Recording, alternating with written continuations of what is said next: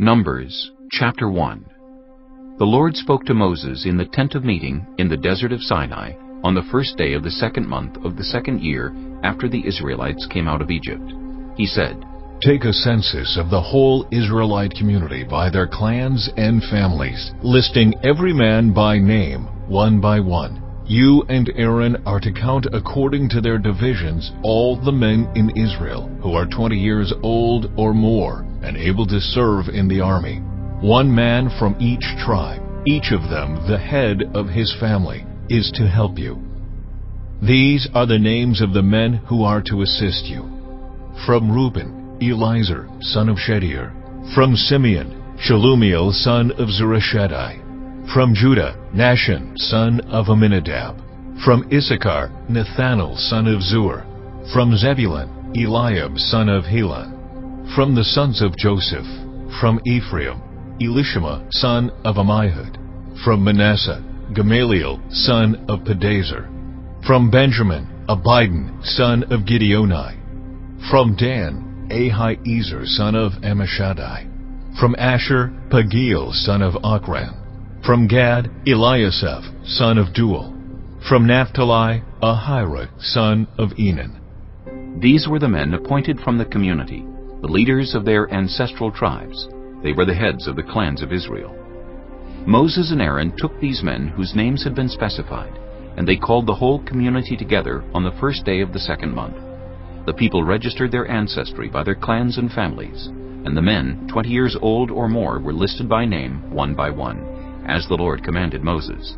And so he counted them in the desert of Sinai. From the descendants of Reuben, the firstborn son of Israel, all the men 20 years old or more who were able to serve in the army were listed by name, one by one, according to the records of their clans and families.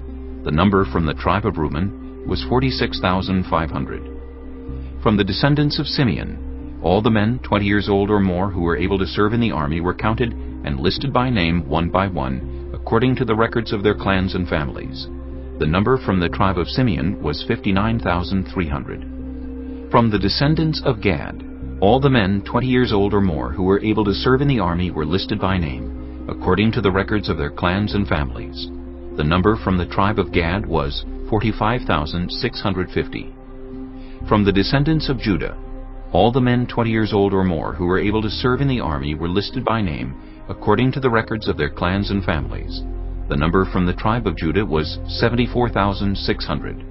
From the descendants of Issachar, all the men 20 years old or more who were able to serve in the army were listed by name, according to the records of their clans and families.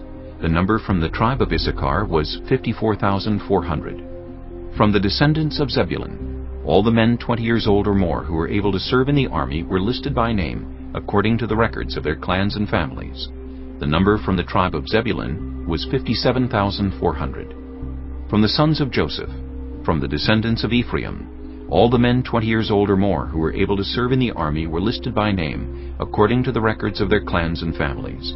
The number from the tribe of Ephraim was 40,500. From the descendants of Manasseh, all the men 20 years old or more who were able to serve in the army were listed by name, according to the records of their clans and families. The number from the tribe of Manasseh was 32,200. From the descendants of Benjamin, all the men 20 years old or more who were able to serve in the army were listed by name, according to the records of their clans and families. The number from the tribe of Benjamin was 35,400. From the descendants of Dan, all the men 20 years old or more who were able to serve in the army were listed by name, according to the records of their clans and families.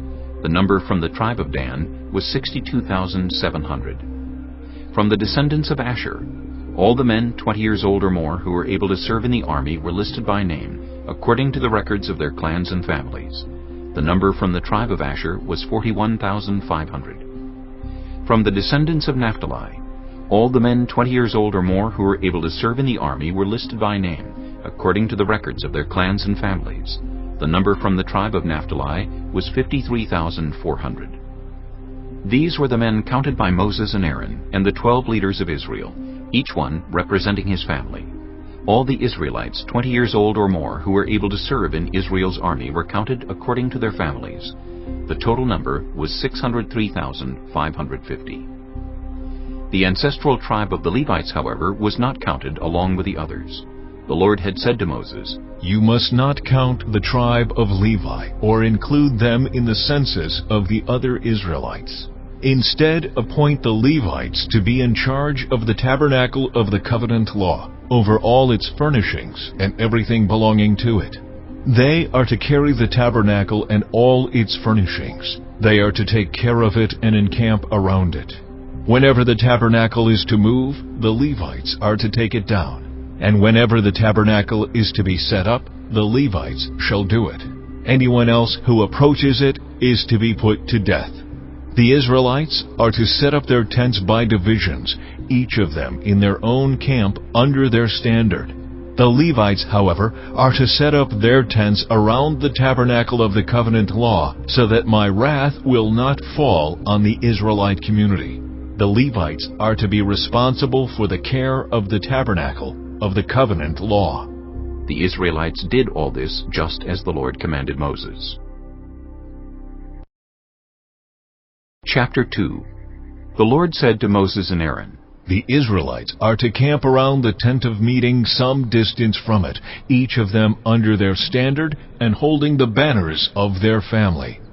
On the east, toward the sunrise, the divisions of the camp of Judah are to encamp under their standard.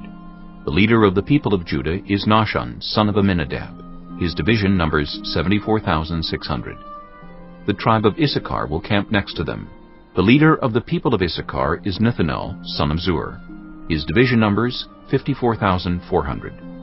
The tribe of Zebulun will be next. The leader of the people of Zebulun is Eliab, son of Helon. His division numbers 57,400. All the men assigned to the camp of Judah, according to their divisions, number 186,400. They will set out first. On the south will be the divisions of the camp of Reuben under their standard. The leader of the people of Reuben is Elizur, son of Shedeur. His division numbers 46,500. The tribe of Simeon will camp next to them. The leader of the people of Simeon is Shelumiel, son of Zurishaddai. His division numbers 59,300. The tribe of Gad will be next. The leader of the people of Gad is Eliasaph, son of Duel. His division numbers 45,650. All the men assigned to the camp of Reuben, according to their divisions, number 151,450. They will set out second. Then the tent of meeting and the camp of the Levites will set out in the middle of the camps. They will set out in the same order as they encamp, each in their own place under their standard. On the west will be the divisions of the camp of Ephraim under their standard. The leader of the people of Ephraim is Elishama, son of Ammihud. His division numbers 40,500. The tribe of Manasseh will be next to them. The leader of the people of Manasseh is Gamaliel, son of Pedazur. His division numbers 32,200. The tribe of Benjamin will be next. The leader of the people of Benjamin is Abidan, son of Gideoni. His division numbers 35,400.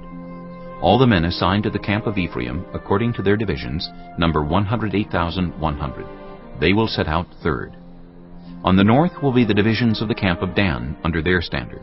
The leader of the people of Dan is Ahiezer, son of Ammishaddai. His division numbers 62,700. The tribe of Asher will camp next to them. The leader of the people of Asher is Pagiel, son of Ochran. His division numbers 41,500.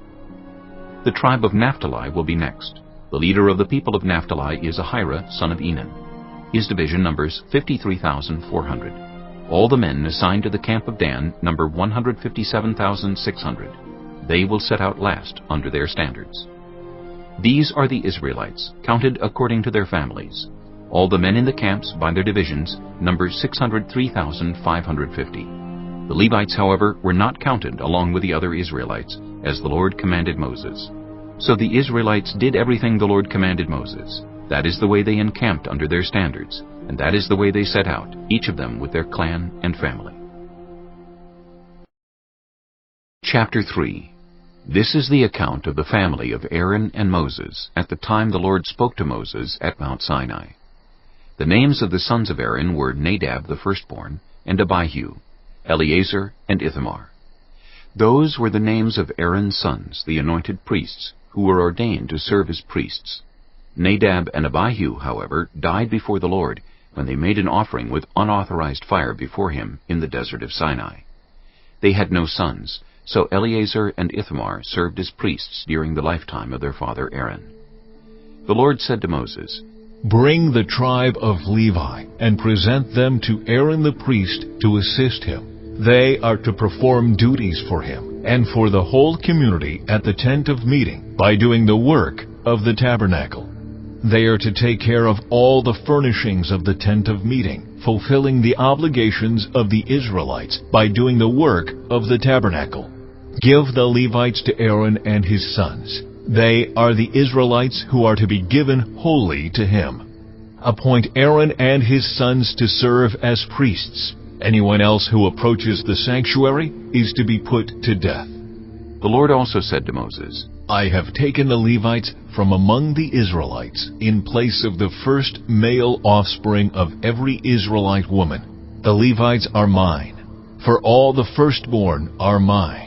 When I struck down all the firstborn in Egypt, I set apart for myself every firstborn in Israel, whether human or animal. They are to be mine. I am the Lord." The Lord said to Moses in the desert of Sinai, "Count the Levites by their families and clans. Count every male a month old or more." So Moses counted them as he was commanded by the word of the Lord. These were the names of the sons of Levi: Gershon, Kohath, and Merari. These were the names of the Gershonite clans: Libni and Shimei. The Kohathite clans: Amram, Izhar, Hebron, and Uzziel. The Merarite clans: Mahli and Mushi. These were the Levite clans according to their families. To Gershon belonged the clans of the Libnites and Shimeites. These were the Gershonite clans. The number of all the males a month old or more who were counted was 7,500. The Gershonite clans were to camp on the west, behind the tabernacle. The leader of the families of the Gershonites was Eliasaph, son of Lael. At the tent of meeting, the Gershonites were responsible for the care of the tabernacle and tent, its coverings, the curtain at the entrance to the tent of meeting, the curtains of the courtyard, the curtain at the entrance to the courtyard surrounding the tabernacle and altar, and the ropes, and everything related to their use. To Kohath belonged the clans of the Amramites, Izharites, Hebronites, and Uzzielites. These were the Kohathite clans. The number of all the males a month old or more was 8,600. The Kohathites were responsible for the care of the sanctuary. The Kohathite clans were to camp on the south side of the tabernacle. The leader of the families of the Kohathite clans was Elizaphan, son of Uzziel. They were responsible for the care of the ark, the table, the lampstand, the altars, the articles of the sanctuary used in ministering, the curtain, and everything related to their use. The chief leader of the Levites was Eleazar, son of Aaron the priest. He was appointed over those who were responsible for the care of the sanctuary. To Merari belonged the clans of the Mahlites and the Mushites. These were the Merarite clans. The number of all the males a month old or more who were counted was 6,200. The leader of the families of the Merarite clans was Zuriel, son of Abihail. They were to camp on the north side of the tabernacle. The Merarites were appointed to take care of the frames of the tabernacle, its crossbars, posts, bases, all its equipment, and everything related to their use, as well as the posts of the surrounding courtyard with their bases, tent pegs, and ropes. Moses and Aaron and his sons were to camp to the east of the tabernacle toward the sunrise, in front of the tent of meeting. They were responsible for the care of the sanctuary on behalf of the Israelites. Anyone else who approached the sanctuary was to be put to death. The total number of Levites counted at the Lord's command by Moses and Aaron, according to their clans, including every male a month old or more, was 22,000. The Lord said to Moses, "Count all the firstborn Israelite males who are a month old or more, and make a list of their names. Take the Levites for me in place of all the firstborn of the Israelites, and the livestock of the Levites in place of all the firstborn of the livestock of the Israelites. I am the Lord." So Moses counted all the firstborn of the Israelites, as the Lord commanded him. The total number of firstborn males a month old or more, listed by name, was 22,273. The Lord also said to Moses, Take the Levites in place of all the firstborn of Israel, and the livestock of the Levites in place of their livestock. The Levites are to be mine. I am the Lord. To redeem the 273 firstborn Israelites who exceed the number of the Levites, collect 5 shekels for each one, according to the sanctuary shekel, which weighs 20 gerahs. Give the money for the redemption of the additional Israelites to Aaron and his sons." So Moses collected the redemption money from those who exceeded the number redeemed by the Levites. From the firstborn of the Israelites he collected silver weighing 1,365 shekels, according to the sanctuary shekel. Moses gave the redemption money to Aaron and his sons, as he was commanded by the word of the Lord. Chapter 4. The Lord said to Moses and Aaron, "Take a census of the Kohathite branch of the Levites by their clans and families. Count all the men from 30 to 50 years of age who come to serve in the work at the tent of meeting. This is the work of the Kohathites at the tent of meeting, the care of the most holy things. When the camp is to move, Aaron and his sons are to go in and take down the shielding curtain and put it over the ark of the covenant law. Then they are to cover the curtain with a durable leather, spread a cloth of solid blue over that, and put the poles in place. Over the table of the presence they are to spread a blue cloth, and put on it the plates, dishes, and bowls, and the jars for drink offerings. The bread that is continually there is to remain on it. They are to spread a scarlet cloth over them. Cover that with the durable leather, and put the poles in place. They are to take a blue cloth and cover the lampstand that is for light, together with its lamps, its wick trimmers and trays, and all its jars for the olive oil used to supply it. Then they are to wrap it and all its accessories in a covering of the durable leather and put it on a carrying frame. Over the gold altar they are to spread a blue cloth and cover that with the durable leather and put the poles in place. They are to take all the articles used for ministering in the sanctuary, wrap them in a blue cloth, cover that with the durable leather, and put them on a carrying frame. They are to remove the ashes from the bronze altar and spread a purple cloth over it. Then they are to place on it all the utensils used for ministering at the altar, including the fire pans, meat forks, shovels, and sprinkling bowls. Over it they are to spread a covering of the durable leather and put the poles in place. After Aaron and his sons have finished covering the holy furnishings and all the holy articles, and when the camp is ready to move, only then are the Kohathites to come and do the carrying. But they must not touch the holy things, or they will die. The Kohathites are to carry those things that are in the tent of meeting. Eleazar, son of Aaron, the priest, is to have charge of the oil for the light, the fragrant incense, the regular grain offering, and the anointing oil. He is to be in charge of the entire tabernacle and everything in it, including its holy furnishings and articles.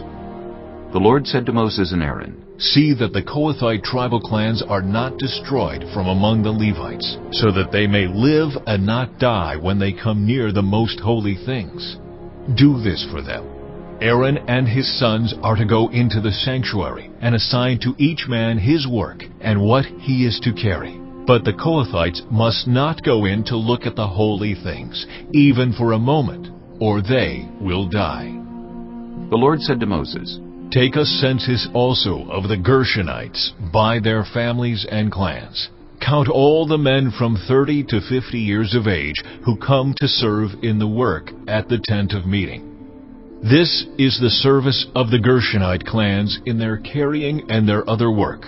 They are to carry the curtains of the tabernacle, that is, the tent of meeting, its covering and its outer covering of durable leather, the curtains for the entrance to the tent of meeting, the curtains of the courtyard surrounding the tabernacle and altar, the curtain for the entrance to the courtyard, the ropes and all the equipment used in the service of the tent. The Gershonites are to do all that needs to be done with these things. All their service, whether carrying or doing other work, is to be done under the direction of Aaron and his sons. You shall assign to them as their responsibility all they are to carry. This is the service of the Gershonite clans at the tent of meeting. Their duties are to be under the direction of Ithamar, son of Aaron, the priest. Count the Merarites by their clans and families. Count all the men from 30 to 50 years of age who come to serve in the work at the tent of meeting. As part of all their service at the tent, they are to carry the frames of the tabernacle, its crossbars, posts, and bases, as well as the posts of the surrounding courtyard with their bases, tent pegs, ropes, all their equipment, and everything related to their use. Assign to each man the specific things he is to carry. This is the service of the Merarite clans as they work at the tent of meeting under the direction of Ithamar, son of Aaron, the priest. Moses, Aaron, and the leaders of the community counted the Kohathites by their clans and families. All the men from 30 to 50 years of age who came to serve in the work at the tent of meeting, counted by clans, were 2,750. This was the total of all those in the Kohathite clans who served at the tent of meeting. Moses and Aaron counted them according to the Lord's command through Moses. The Gershonites were counted by their clans and families. All the men from 30 to 50 years of age who came to serve in the work at the tent of meeting, counted by their clans and families, were 2,630. This was the total of those in the Gershonite clans who served at the tent of meeting. Moses and Aaron counted them according to the Lord's command.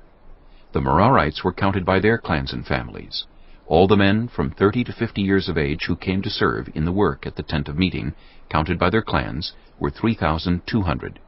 This was the total of those in the Merarite clans. Moses and Aaron counted them according to the Lord's command through Moses. So Moses, Aaron, and the leaders of Israel counted all the Levites by their clans and families. All the men from 30 to 50 years of age who came to do the work of serving and carrying the tent of meeting numbered 8,580. At the Lord's command through Moses, each was assigned his work and told what to carry. Thus they were counted as the Lord commanded Moses.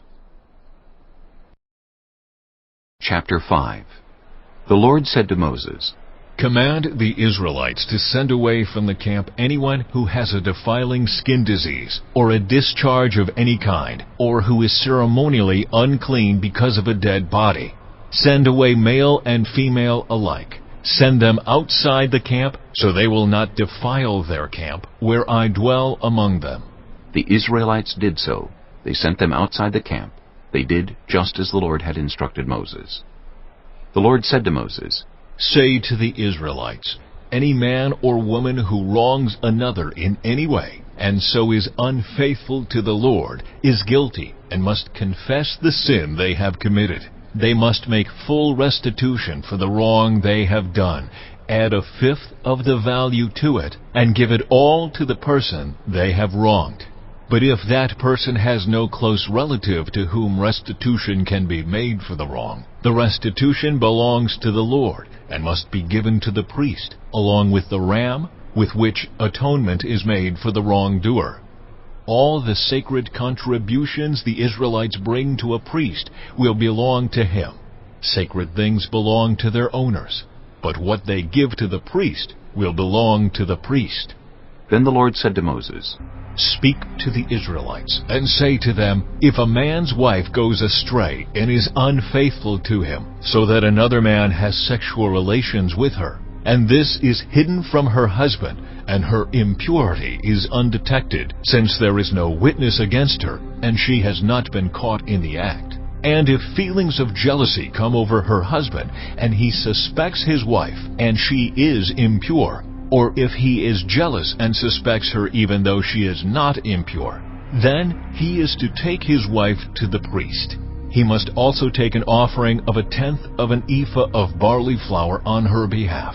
He must not pour olive oil on it or put incense on it, because it is a grain offering for jealousy, a reminder offering to draw attention to wrongdoing. The priest shall bring her and have her stand before the Lord. Then he shall take some holy water in a clay jar and put some dust from the tabernacle floor into the water. After the priest has had the woman stand before the Lord, he shall loosen her hair and place in her hands the reminder offering, the grain offering for jealousy, while he himself holds the bitter water that brings a curse.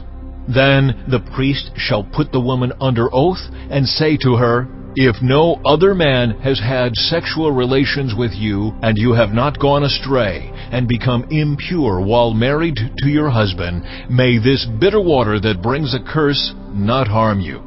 But if you have gone astray while married to your husband, and you have made yourself impure by having sexual relations with a man other than your husband, here the priest is to put the woman under this curse. May the Lord cause you to become a curse among your people when he makes your womb miscarry and your abdomen swell. May this water that brings a curse enter your body so that your abdomen swells or your womb miscarries." Then the woman is to say, "Amen, so be it." The priest is to write these curses on a scroll and then wash them off into the bitter water.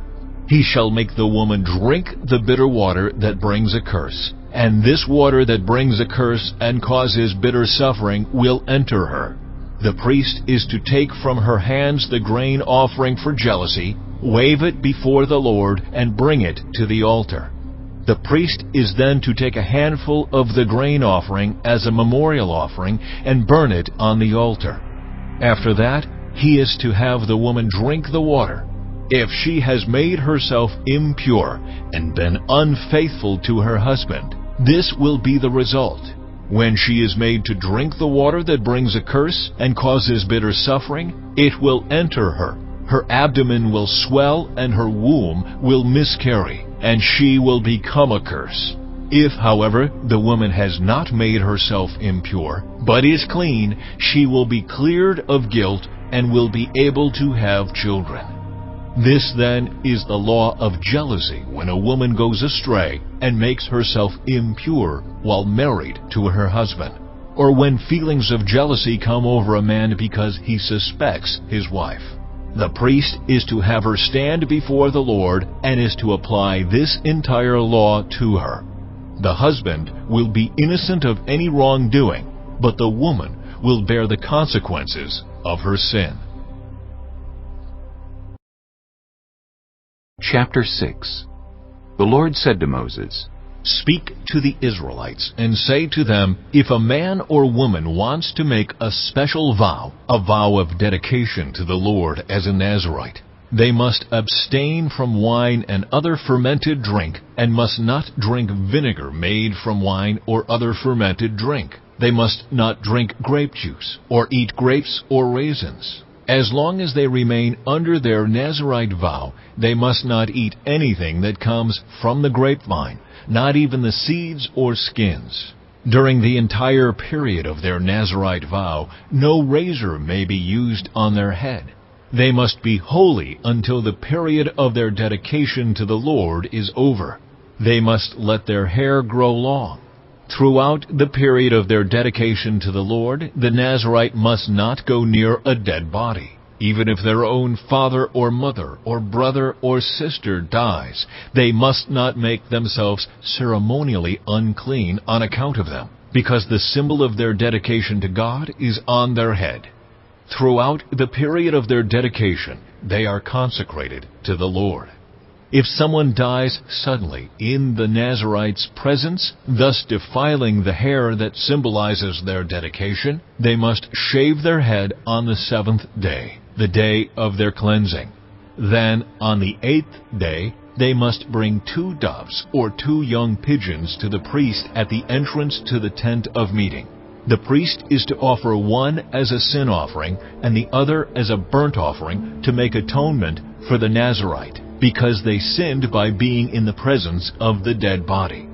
That same day, they are to consecrate their head again. They must rededicate themselves to the Lord for the same period of dedication, and must bring a year-old male lamb as a guilt offering. The previous days do not count, because they became defiled during their period of dedication. Now this is the law of the Nazirite when the period of their dedication is over. They are to be brought to the entrance to the tent of meeting.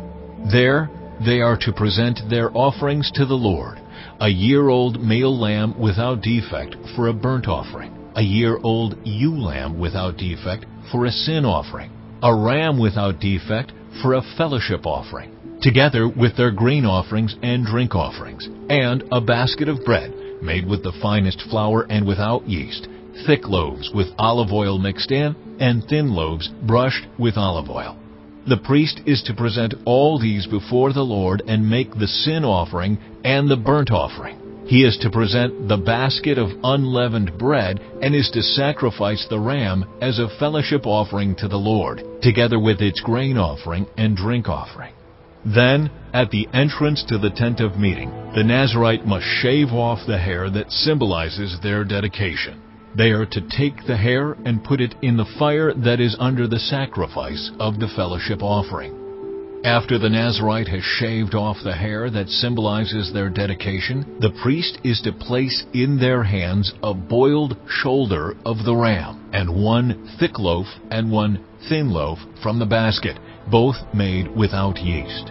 The priest shall then wave these before the Lord as a wave offering. They are holy and belong to the priest, together with the breast that was waved and the thigh that was presented. After that, the Nazirite may drink wine. This is the law of the Nazirite who vows offerings to the Lord in accordance with their dedication, in addition to whatever else they can afford. They must fulfill the vows they have made according to the law of the Nazirite. The Lord said to Moses, "Tell Aaron and his sons, this is how you are to bless the Israelites. Say to them, the Lord bless you and keep you. The Lord make his face shine on you and be gracious to you. The Lord turn his face toward you and give you peace. So they will put my name on the Israelites, and I will bless them." Chapter 7. When Moses finished setting up the tabernacle, he anointed and consecrated it and all its furnishings. He also anointed and consecrated the altar and all its utensils. Then the leaders of Israel, the heads of families who were the tribal leaders in charge of those who were counted, made offerings. They brought as their gifts before the Lord 6 covered carts and 12 oxen, an ox from each leader and a cart from every 2. These they presented before the tabernacle. The Lord said to Moses, "Accept these from them, that they may be used in the work at the tent of meeting. Give them to the Levites as each man's work requires." So Moses took the carts and oxen and gave them to the Levites. He gave 2 carts and 4 oxen to the Gershonites as their work required, and he gave 4 carts and 8 oxen to the Merarites as their work required. They were all under the direction of Ithamar, son of Aaron, the priest. But Moses did not give any to the Kohathites, because they were to carry on their shoulders the holy things for which they were responsible. When the altar was anointed, the leaders brought their offerings for its dedication and presented them before the altar. For the Lord had said to Moses, "Each day one leader is to bring his offering for the dedication of the altar." The one who brought his offering on the first day was Nahshon, son of Amminadab, of the tribe of Judah. His offering was 1 silver plate weighing 130 shekels, and 1 silver sprinkling bowl weighing 70 shekels, both according to the sanctuary shekel, each filled with the finest flour mixed with olive oil as a grain offering, 1 gold dish weighing 10 shekels, filled with incense, 1 young bull, 1 ram, and 1 male lamb a year old for a burnt offering, 1 male goat for a sin offering, and 2 oxen, 5 rams, 5 male goats, and 5 male lambs a year old to be sacrificed as a fellowship offering. This was the offering of Nahshon, son of Amminadab. On the second day, Nethanel, son of Zur, the leader of Issachar, brought his offering. The offering he brought was 1 silver plate weighing 130 shekels, and 1 silver sprinkling bowl weighing 70 shekels, both according to the sanctuary shekel, each filled with the finest flour mixed with olive oil as a grain offering, 1 gold dish weighing 10 shekels, filled with incense, 1 young bull, 1 ram, and 1 male lamb a year old for a burnt offering, 1 male goat for a sin offering, and 2 oxen, 5 rams, 5 male goats, and 5 male lambs a year old to be sacrificed as a fellowship offering. This was the offering of Nethanel, son of Zur. On the third day, Eliab, son of Helon, the leader of the people of Zebulun, brought his offering. His offering was 1 silver plate weighing 130 shekels, and 1 silver sprinkling bowl weighing 70 shekels, both according to the sanctuary shekel, each filled with the finest flour mixed with olive oil as a grain offering, 1 gold dish weighing 10 shekels, filled with incense, 1 young bull, 1 ram and 1 male lamb a year old for a burnt offering, 1 male goat for a sin offering, and 2 oxen, 5 rams, 5 male goats, and 5 male lambs a year old to be sacrificed as a fellowship offering. This was the offering of Eliab, son of Helon. On the fourth day, Elizur, son of Shedeur, the leader of the people of Reuben, brought his offering. His offering was 1 silver plate weighing 130 shekels, and 1 silver sprinkling bowl weighing 70 shekels, both according to the sanctuary shekel, each filled with the finest flour mixed with olive oil as a grain offering, 1 gold dish weighing 10 shekels, filled with incense, 1 young bull, 1 ram, and 1 male lamb a year old for a burnt offering, 1 male goat for a sin offering, and 2 oxen, 5 rams, 5 male goats, and 5 male lambs a year old to be sacrificed as a fellowship offering. This was the offering of Elizur, son of Shedeur. On the fifth day, Shelumiel, son of Zurishaddai, the leader of the people of Simeon, brought his offering. His offering was 1 silver plate weighing 130 shekels, and 1 silver sprinkling bowl weighing 70 shekels, both according to the sanctuary shekel, each filled with the finest flour mixed with olive oil as a grain offering, 1 gold dish weighing 10 shekels, filled with incense, 1 young bull, 1 ram, and 1 male lamb a year old for a burnt offering, 1 male goat for a sin offering, and 2 oxen, 5 rams, 5 male goats, and 5 male lambs a year old to be sacrificed as a fellowship offering. This was the offering of Shelumiel, son of Zurishaddai. On the sixth day, Eliasaph, son of Deuel, the leader of the people of Gad, brought his offering. His offering was 1 silver plate weighing 130 shekels, and 1 silver sprinkling bowl weighing 70 shekels, both according to the sanctuary shekel, each filled with the finest flour mixed with olive oil as a grain offering, 1 gold dish weighing 10 shekels, filled with incense, 1 young bull, 1 ram, and 1 male lamb a year old for a burnt offering, 1 male goat for a sin offering, and 2 oxen, 5 rams, 5 male goats, and 5 male lambs a year old to be sacrificed as a fellowship offering. This was the offering of Eliasaph, son of Deuel.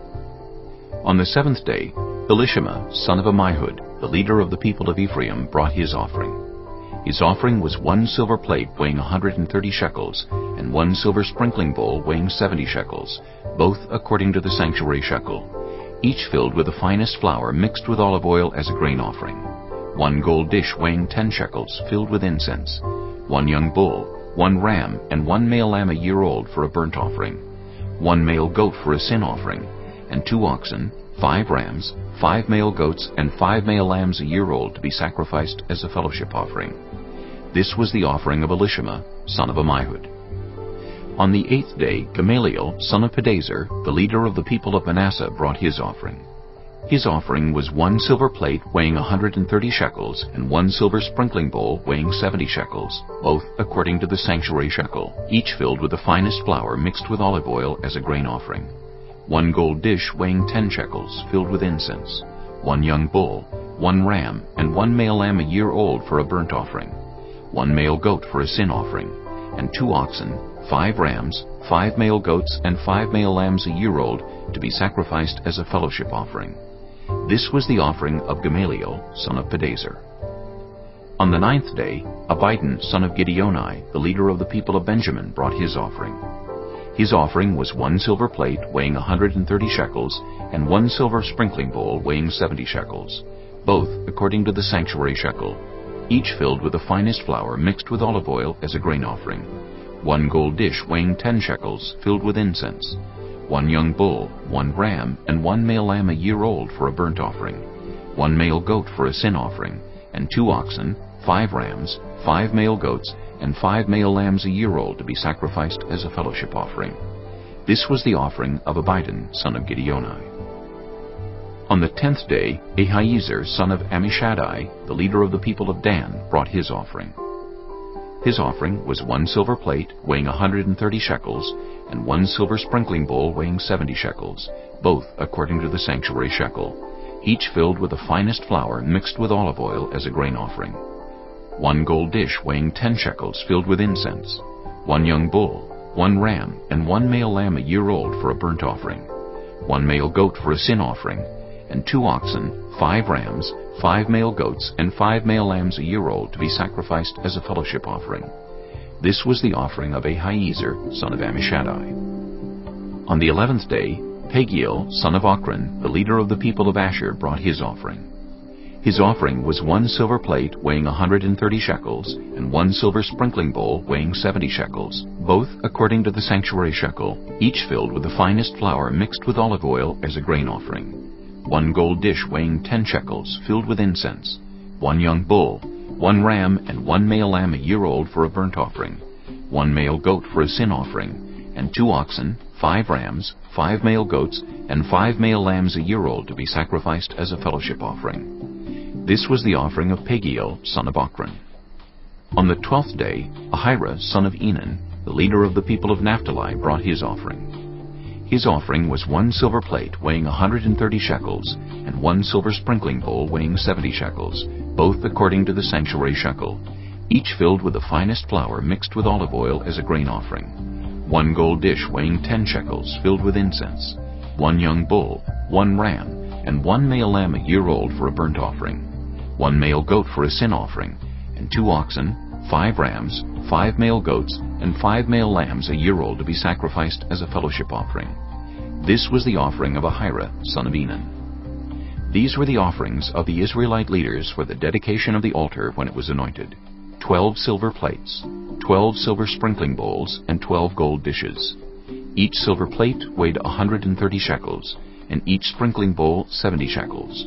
Altogether, the silver dishes weighed 2,400 shekels, according to the sanctuary shekel.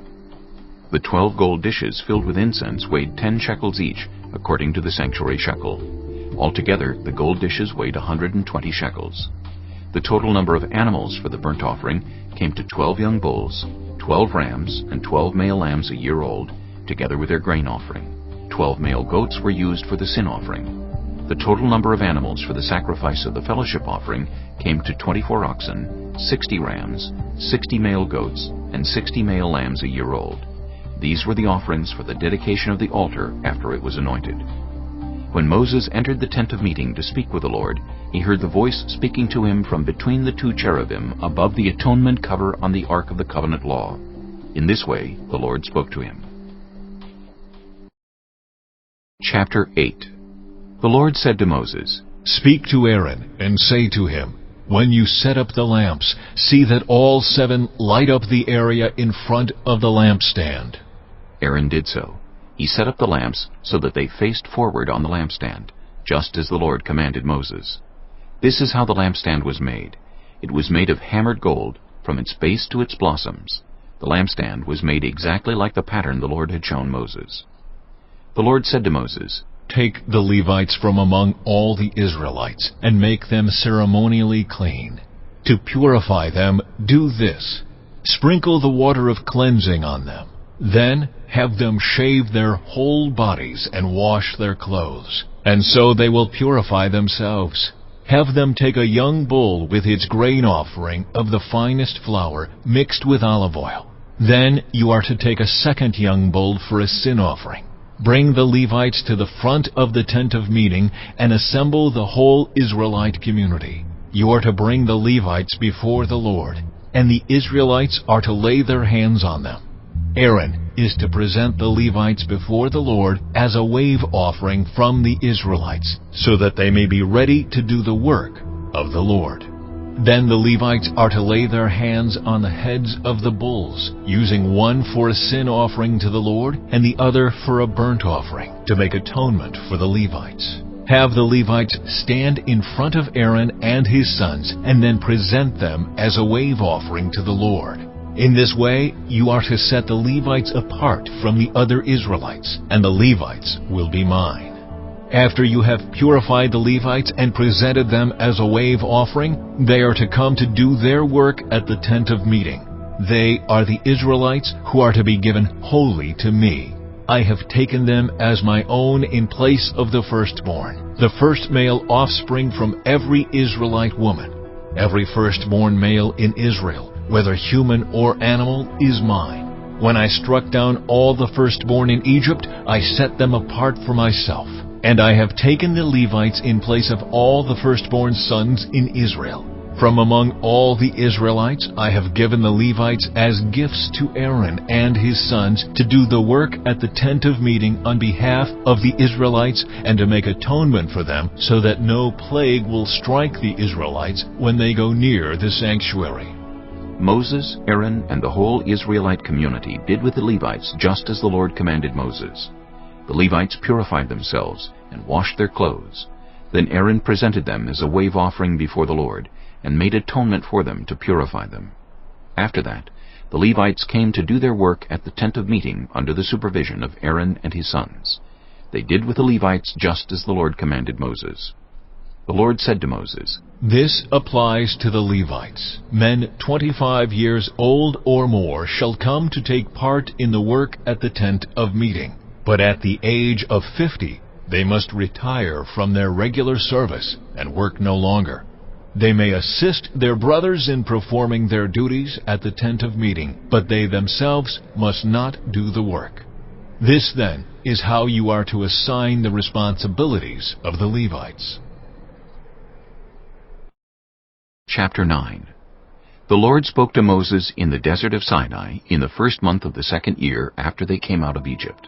He said, Have the Israelites celebrate the Passover at the appointed time. Celebrate it at the appointed time at twilight on the 14th day of this month in accordance with all its rules and regulations.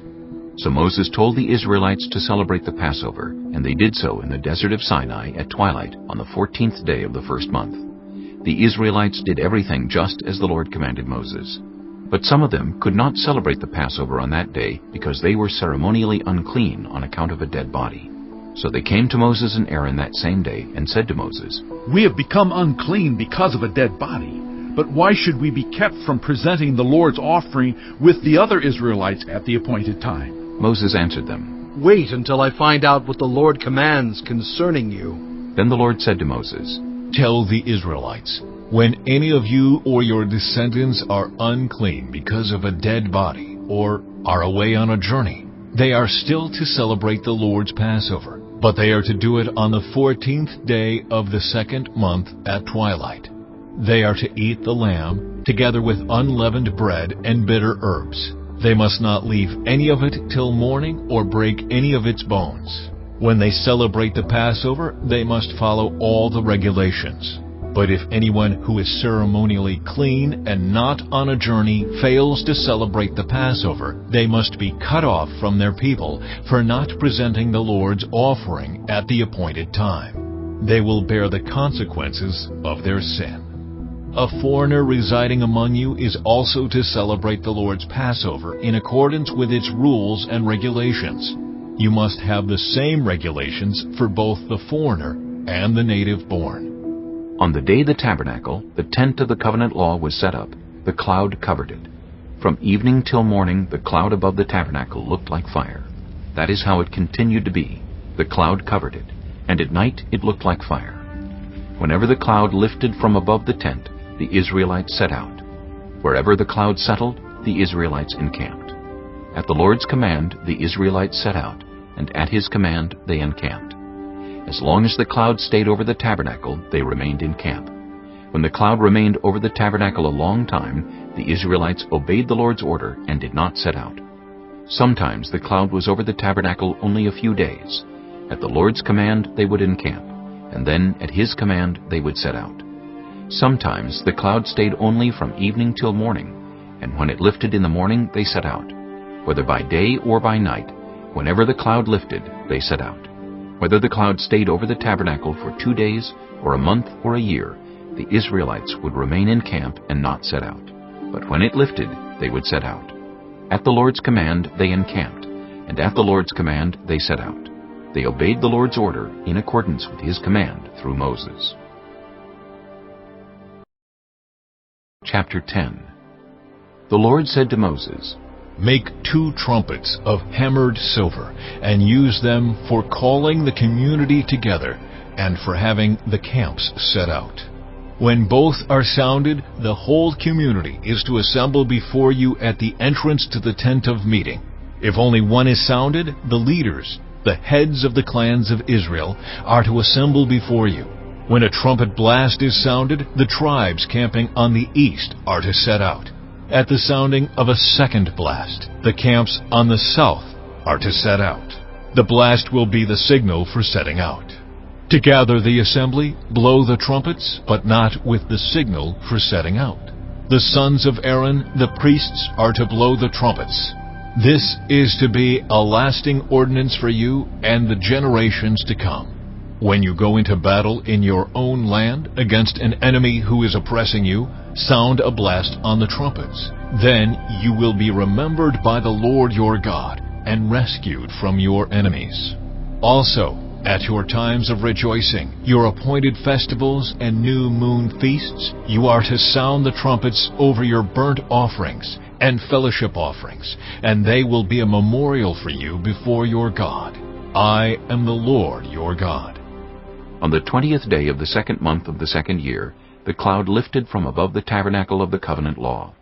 Then the Israelites set out from the desert of Sinai, and traveled from place to place, until the cloud came to rest in the desert of Paran. They set out this first time at the Lord's command through Moses. The divisions of the camp of Judah went first. Under their standard, Nahshon, son of Amminadab, was in command.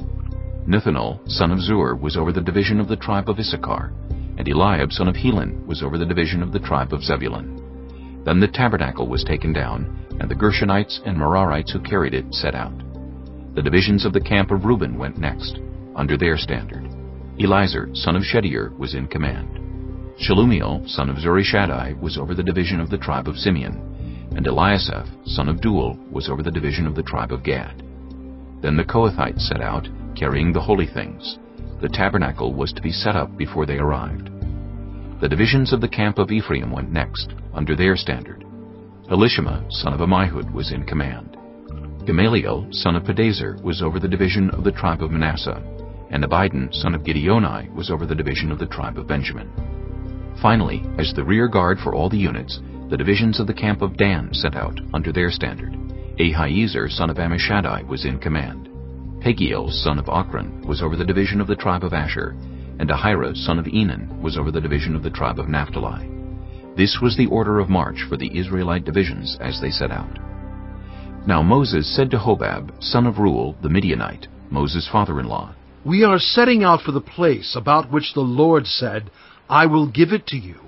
Come with us, and we will treat you well, for the Lord has promised good things to Israel. He answered, No, I will not go. I am going back to my own land and my own people. But Moses said, Please do not leave us. You know where we should camp in the wilderness, and you can be our eyes. If you come with us, we will share with you whatever good things the Lord gives us.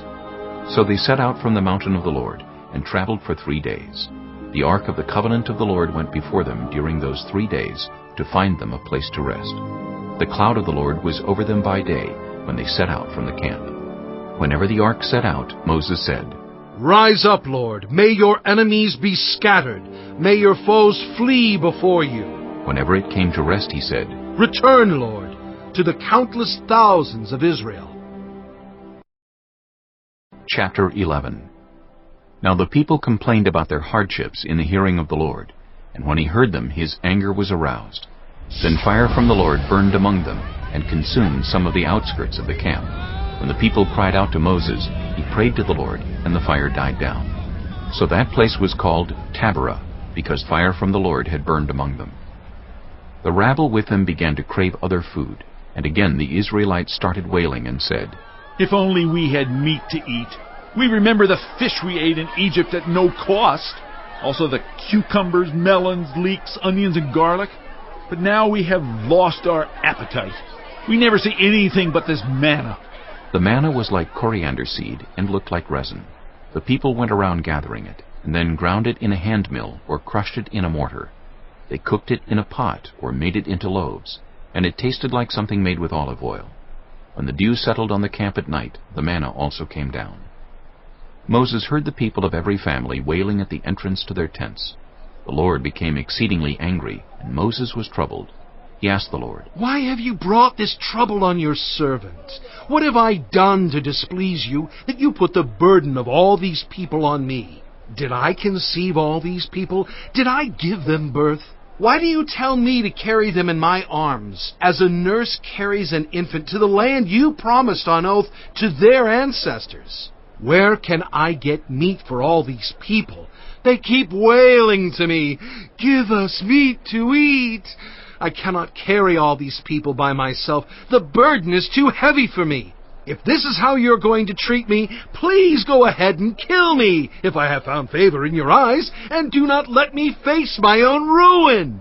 The Lord said to Moses, Bring me 70 of Israel's elders who are known to you as leaders and officials among the people. Have them come to the tent of meeting, that they may stand there with you. I will come down and speak with you there, and I will take some of the power of the Spirit that is on you and put it on them. They will share the burden of the people with you, so that you will not have to carry it alone. Tell the people, consecrate yourselves in preparation for tomorrow, when you will eat meat. The Lord heard you when you wailed, "If only we had meat to eat. We were better off in Egypt." Now the Lord will give you meat, and you will eat it. You will not eat it for just 1 day, or 2 days, or 5, 10, or 20 days, but for a whole month, until it comes out of your nostrils and you loathe it, because you have rejected the Lord who is among you, and have wailed before him, saying, "Why did we ever leave Egypt?" But Moses said, "Here I am among 600,000 men on foot, and you say, 'I will give them meat to eat for a whole month.'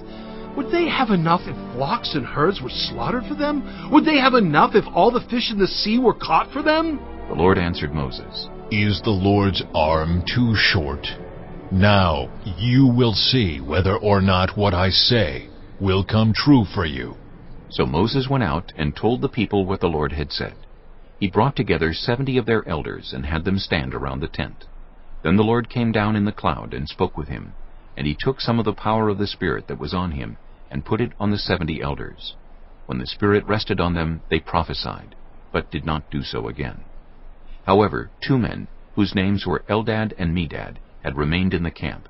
They were listed among the elders, but did not go out to the tent. Yet the Spirit also rested on them, and they prophesied in the camp. A young man ran and told Moses, "Eldad and Medad are prophesying in the camp." Joshua, son of Nun, who had been Moses' aide since youth, spoke up and said, "Moses, my lord, stop them!" But Moses replied, "Are you jealous for my sake? I wish that all the Lord's people were prophets, and that the Lord would put his Spirit on them." Then Moses and the elders of Israel returned to the camp. Now a wind went out from the Lord and drove quail in from the sea. It scattered them up to 2 cubits deep all around the camp, as far as a day's walk in any direction. All that day and night, and all the next day, the people went out and gathered quail. No one gathered less than 10 homers. Then they spread them out all around the camp. But while the meat was still between their teeth, and before it could be consumed, the anger of the Lord burned against the people, and he struck them with a severe plague. Therefore the place was named Kibroth-Hattaavah, because there they buried the people who had craved other food. From Kibroth-Hattaavah the people traveled to Hazereth and stayed there. Chapter 12. Miriam and Aaron began to talk against Moses because of his Cushite wife, for he had married a Cushite. "Has the Lord spoken only through Moses?" they asked. "Hasn't he also spoken through us?" And the Lord heard this. Now Moses was a very humble man, more humble than anyone else on the face of the earth. At once the Lord said to Moses, Aaron, and Miriam, Come out to the tent of meeting, all 3 of you. So the 3 of them went out. Then the Lord came down in a pillar of cloud. He stood at the entrance to the tent and summoned Aaron and Miriam. When the 2 of them stepped forward, he said, Listen to my words. When there is a prophet among you, I, the Lord, reveal myself to them in visions. I speak to them in dreams. But this is not true of my servant Moses. He is faithful in all my house. With him I speak face to face, clearly, and not in riddles. He sees the form of the Lord. Why then were you not afraid to speak against my servant Moses? The anger of the Lord burned against them, and he left them. When the cloud lifted from above the tent, Miriam's skin was leprous. It became as white as snow. Aaron turned toward her and saw that she had a defiling skin disease. And he said to Moses, Please, my lord, I ask you not to hold against us the sin we have so foolishly committed. Do not let her be like a stillborn infant coming from its mother's womb with its flesh half eaten away. So Moses cried out to the Lord. Please, God, heal her! The Lord replied to Moses, If her father had spit in her face, would she not have been in disgrace for 7 days? Confine her outside the camp for 7 days. After that, she can be brought back. So Miriam was confined outside the camp for 7 days, and the people did not move on till she was brought back. After that, the people left Hazereth and encamped in the desert of Paran. Chapter 13. The Lord said to Moses, Send some men to explore the land of Canaan, which I am giving to the Israelites. From each ancestral tribe, send one of its leaders. So at the Lord's command, Moses sent them out from the desert of Paran. All of them were leaders of the Israelites. These are their names. From the tribe of Reuben, Shemuah, son of Zachar. From the tribe of Simeon, Shaphat, son of Hori. From the tribe of Judah, Caleb, son of Jephunneh. From the tribe of Issachar, Igal, son of Joseph. From the tribe of Ephraim, Hoshea, son of Nun. From the tribe of Benjamin, Paltai, son of Raphu. From the tribe of Zebulun, Gadiel, son of Sodai. From the tribe of Manasseh, a tribe of Joseph, Gadai, son of Susai. From the tribe of Dan, Amiel, son of Gamali. From the tribe of Asher, Sether, son of Michael. From the tribe of Naphtali, Nabai, son of Vophsi. From the tribe of Gad, Geuel, son of Machai. These are the names of the men Moses sent to explore the land. Moses gave Hoshea, son of Nun, the name Joshua. When Moses sent them to explore Canaan, he said, Go up through the Negev and on into the hill country. See what the land is like, and whether the people who live there are strong or weak, few or many. What kind of land do they live in? Is it good or bad? What kind of towns do they live in? Are they unwalled or fortified? How is the soil? Is it fertile or poor? Are there trees in it or not? Do your best to bring back some of the fruit of the land. It was the season for the first ripe grapes. So they went up and explored the land from the desert of Zin as far as Rehob toward Lebo-Hamath. They went up through the Negev and came to Hebron, where Ahiman, Sheshai, and Talmai, the descendants of Anak, lived. Hebron had been built 7 years before Zoan in Egypt. When they reached the valley of Eshcol, they cut off a branch bearing a single cluster of grapes. 2 of them carried it on a pole between them, along with some pomegranates and figs. That place was called the Valley of Eshcol because of the cluster of grapes the Israelites cut off there. At the end of 40 days, they returned from exploring the land. They came back to Moses and Aaron and the whole Israelite community at Kadesh in the desert of Paran. There they reported to them and to the whole assembly and showed them the fruit of the land. They gave Moses this account. We went into the land to which you sent us, and it does flow with milk and honey. Here is its fruit. But the people who live there are powerful, and the cities are fortified and very large. We even saw descendants of Anak there. The Amalekites live in the Negev, the Hittites, Jebusites, and Amorites live in the hill country, and the Canaanites live near the sea and along the Jordan. Then Caleb silenced the people before Moses and said, We should go up and take possession of the land, for we can certainly do it. But the men who had gone up with him said, We can't attack those people. They are stronger than we are. And they spread among the Israelites a bad report about the land they had explored. They said, The land we explored devours those living in it. All the people we saw there are of great size. We saw the Nephilim there. The descendants of Anak come from the Nephilim. We seemed like grasshoppers in our own eyes, and we look the same to them. Chapter 14. That night, all the members of the community raised their voices and wept aloud. All the Israelites grumbled against Moses and Aaron, and the whole assembly said to them, "If only we had died in Egypt, or in this wilderness. Why is the Lord bringing us to this land only to let us fall by the sword? Our wives and children will be taken as plunder. Wouldn't it be better for us to go back to Egypt?" And they said to each other, "We should choose a leader and go back to Egypt." Then Moses and Aaron fell face down in front of the whole Israelite assembly gathered there. Joshua son of Nun and Caleb son of Jephunneh, who were among those who had explored the land, tore their clothes and said to the entire Israelite assembly, "The land we passed through and explored is exceedingly good. If the Lord is pleased with us, He will lead us into that land, a land flowing with milk and honey, and will give it to us. Only do not rebel against the Lord, and do not be afraid of the people of the land, because we will devour them.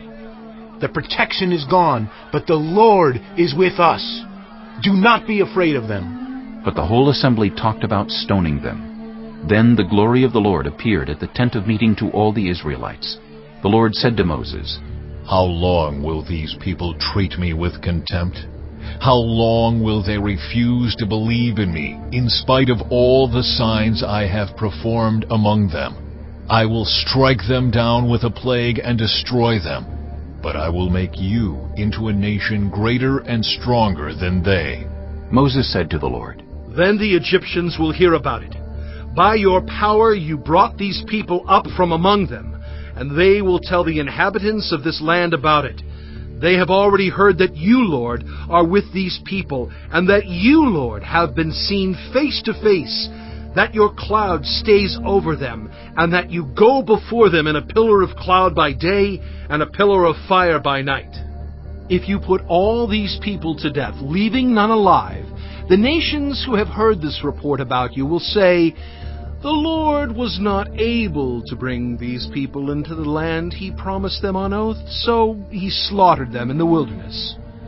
Now may the Lord's strength be displayed, just as you have declared. The Lord is slow to anger, abounding in love, and forgiving sin and rebellion, yet He does not leave the guilty unpunished. He punishes the children for the sin of the parents to the third and fourth generation. In accordance with your great love, forgive the sin of these people, just as you have pardoned them from the time they left Egypt until now."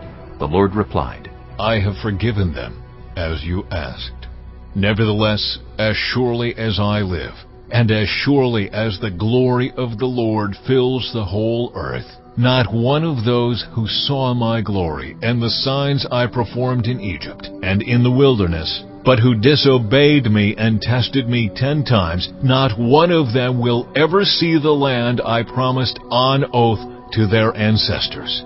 No one who has treated me with contempt will ever see it. But because my servant Caleb has a different spirit and follows me wholeheartedly, I will bring him into the land he went to, and his descendants will inherit it. Since the Amalekites and the Canaanites are living in the valleys, turn back tomorrow and set out toward the desert, along the route to the Red Sea." The Lord said to Moses and Aaron, How long will this wicked community grumble against me? I have heard the complaints of these grumbling Israelites. So tell them, As surely as I live, declares the Lord, I will do to you the very thing I heard you say. In this wilderness your bodies will fall, every one of you 20 years old or more, who was counted in the census, and who has grumbled against me. Not one of you will enter the land I swore with uplifted hand to make your home, except Caleb, son of Jephunneh, and Joshua, son of Nun. As for your children, that you said would be taken as plunder, I will bring them in to enjoy the land you have rejected. But as for you, your bodies will fall in this wilderness. Your children will be shepherds here for 40 years, suffering for your unfaithfulness, until the last of your bodies lies in the wilderness.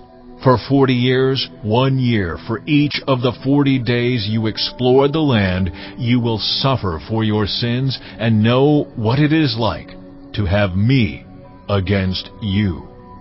I, the Lord, have spoken. And I will surely do these things to this whole wicked community, which has banded together against me.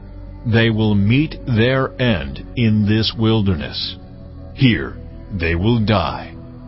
So the men Moses had sent to explore the land, who returned and made the whole community grumble against him by spreading a bad report about it. These men who were responsible for spreading the bad report about the land were struck down and died of a plague before the Lord.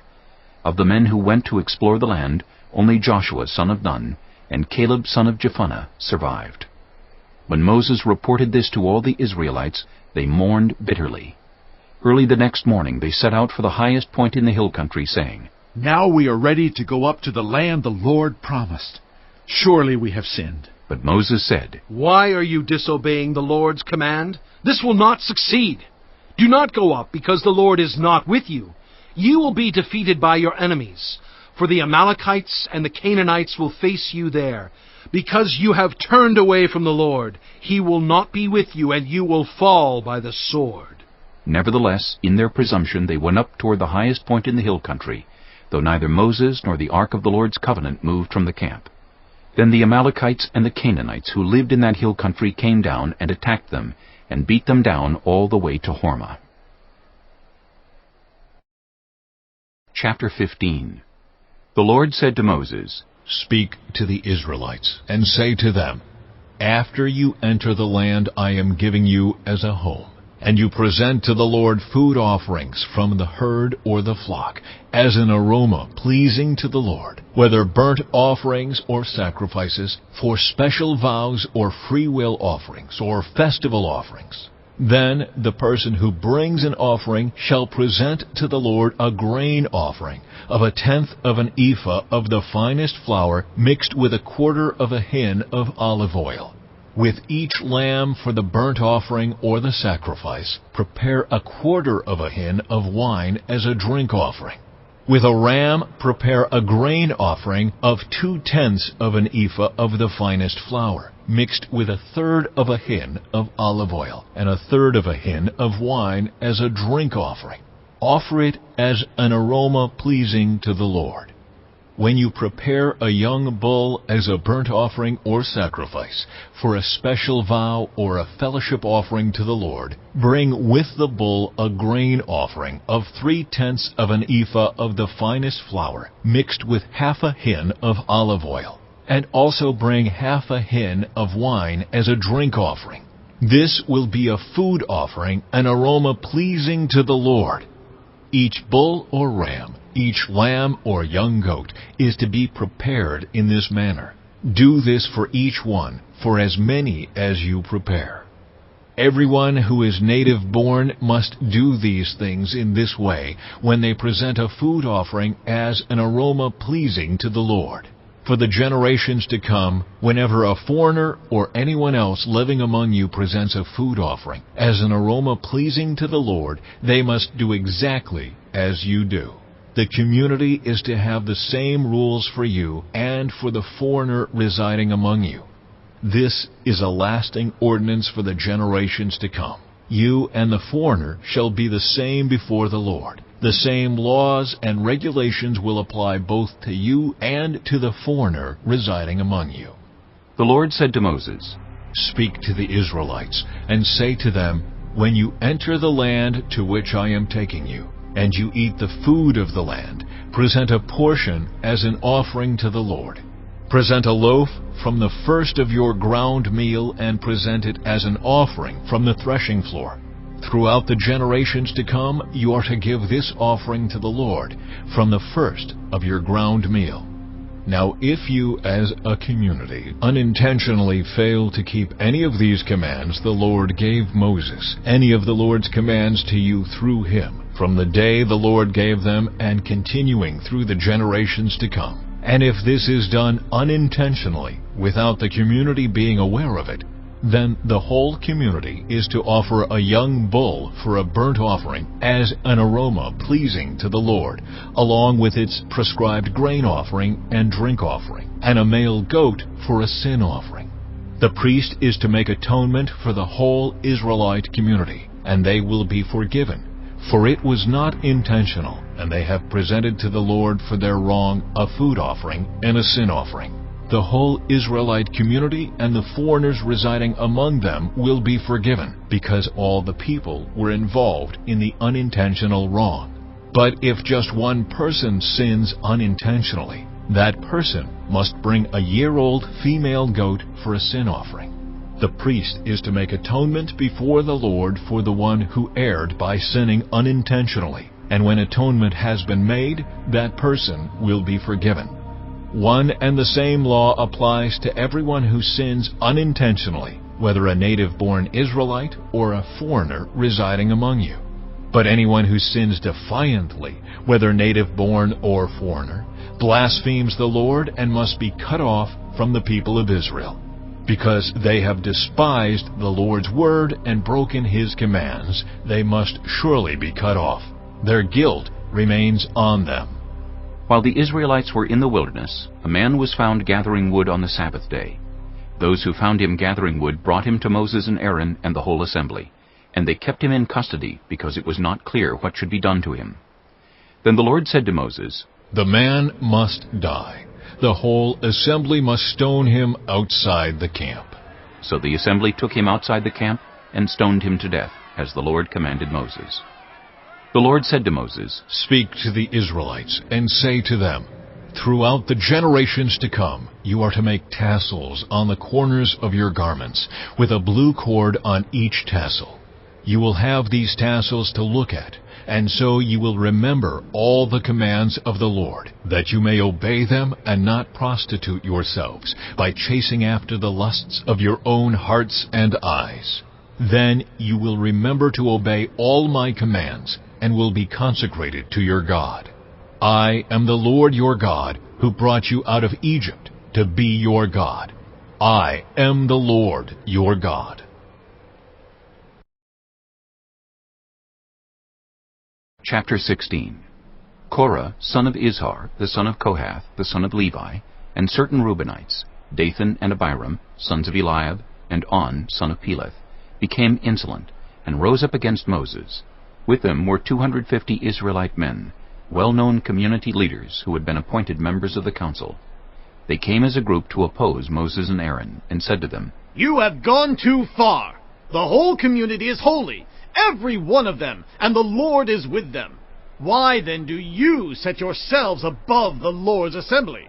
When Moses heard this, he fell face down. Then he said to Korah and all his followers, "In the morning the Lord will show who belongs to him and who is holy, and he will have that person come near him. The man he chooses he will cause to come near him. You, Korah, and all your followers are to do this. Take censers and tomorrow put burning coals and incense in them before the Lord. The man the Lord chooses will be the one who is holy. You Levites have gone too far." Moses also said to Korah, "Now listen, you Levites. Isn't it enough for you that the God of Israel has separated you from the rest of the Israelite community and brought you near himself to do the work at the Lord's tabernacle and to stand before the community and minister to them? He has brought you and all your fellow Levites near himself, but now you are trying to get the priesthood too. It is against the Lord that you and all your followers have banded together. Who is Aaron that you should grumble against him?" Then Moses summoned Dathan and Abiram, the sons of Eliab. But they said, "We will not come. Isn't it enough that you have brought us up out of a land flowing with milk and honey to kill us in the wilderness? And now you also want to lord it over us? Moreover, you haven't brought us into a land flowing with milk and honey, or given us an inheritance of fields and vineyards. Do you want to treat these men like slaves? No, we will not come." Then Moses became very angry and said to the Lord, "Do not accept their offering. I have not taken so much as a donkey from them, nor have I wronged any of them." Moses said to Korah, You and all your followers are to appear before the Lord tomorrow. You and they and Aaron. Each man is to take his censer and put incense in it, 250 censers in all, and present it before the Lord. You and Aaron are to present your censers also. So each of them took his censer, put burning coals and incense in it, and stood with Moses and Aaron at the entrance to the tent of meeting. When Korah had gathered all his followers in opposition to them at the entrance to the tent of meeting, the glory of the Lord appeared to the entire assembly. The Lord said to Moses and Aaron, "Separate yourselves from this assembly, so I can put an end to them at once." But Moses and Aaron fell face down and cried out, "O God, the God who gives breath to all living things, will you be angry with the entire assembly when only one man sins?" Then the Lord said to Moses, "Say to the assembly, move away from the tents of Korah, Dathan, and Abiram." Moses got up and went to Dathan and Abiram, and the elders of Israel followed him. He warned the assembly, "Move back from the tents of these wicked men. Do not touch anything belonging to them, or you will be swept away because of all their sins." So they moved away from the tents of Korah, Dathan, and Abiram. Dathan and Abiram had come out and were standing with their wives, children, and little ones at the entrances to their tents. Then Moses said, "This is how you will know that the Lord has sent me to do all these things, and that it was not my idea. If these men die a natural death and suffer the fate of all mankind, then the Lord has not sent me. But if the Lord brings about something totally new, and the earth opens its mouth and swallows them with everything that belongs to them, and they go down alive into the realm of the dead, then you will know that these men have treated the Lord with contempt." As soon as he finished saying all this, the ground under them split apart, and the earth opened its mouth and swallowed them and their households, and all those associated with Korah, together with their possessions. They went down alive into the realm of the dead, with everything they owned. The earth closed over them, and they perished and were gone from the community. At their cries, all the Israelites around them fled, shouting, "The earth is going to swallow us too!" And fire came out from the Lord and consumed the 250 men who were offering the incense. The Lord said to Moses, "Tell Eleazar, son of Aaron the priest, to remove the censers from the charred remains and scatter the coals some distance away, for the censers are holy, the censers of the men who sinned at the cost of their lives. Hammer the censers into sheets to overlay the altar, for they were presented before the Lord and have become holy. Let them be a sign to the Israelites." So Eleazar the priest collected the bronze censers brought by those who had been burned to death, and he had them hammered out to overlay the altar, as the Lord directed him through Moses. This was to remind the Israelites that no one except a descendant of Aaron should come to burn incense before the Lord, or he would become like Korah and his followers. The next day, the whole Israelite community grumbled against Moses and Aaron. "You have killed the Lord's people," they said. But when the assembly gathered in opposition to Moses and Aaron and turned toward the tent of meeting, suddenly the cloud covered it, and the glory of the Lord appeared. Then Moses and Aaron went to the front of the tent of meeting, and the Lord said to Moses, "Get away from this assembly, so I can put an end to them at once." And they fell face down. Then Moses said to Aaron, "Take your censer and put incense in it, along with burning coals from the altar, and hurry to the assembly to make atonement for them.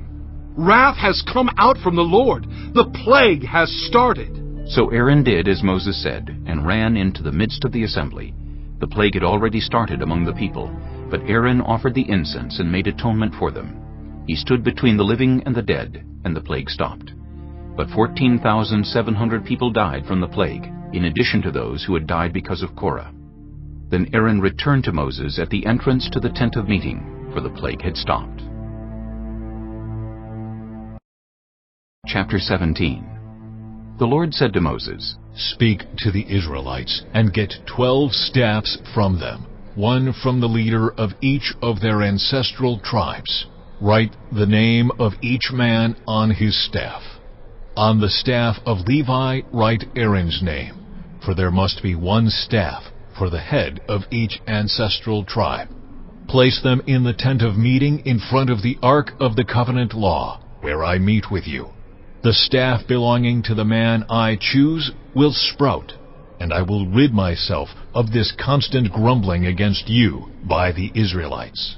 So Moses spoke to the Israelites, and their leaders gave him 12 staffs, one for the leader of each of their ancestral tribes. And Aaron's staff was among them. Moses placed the staffs before the Lord in the tent of the covenant law.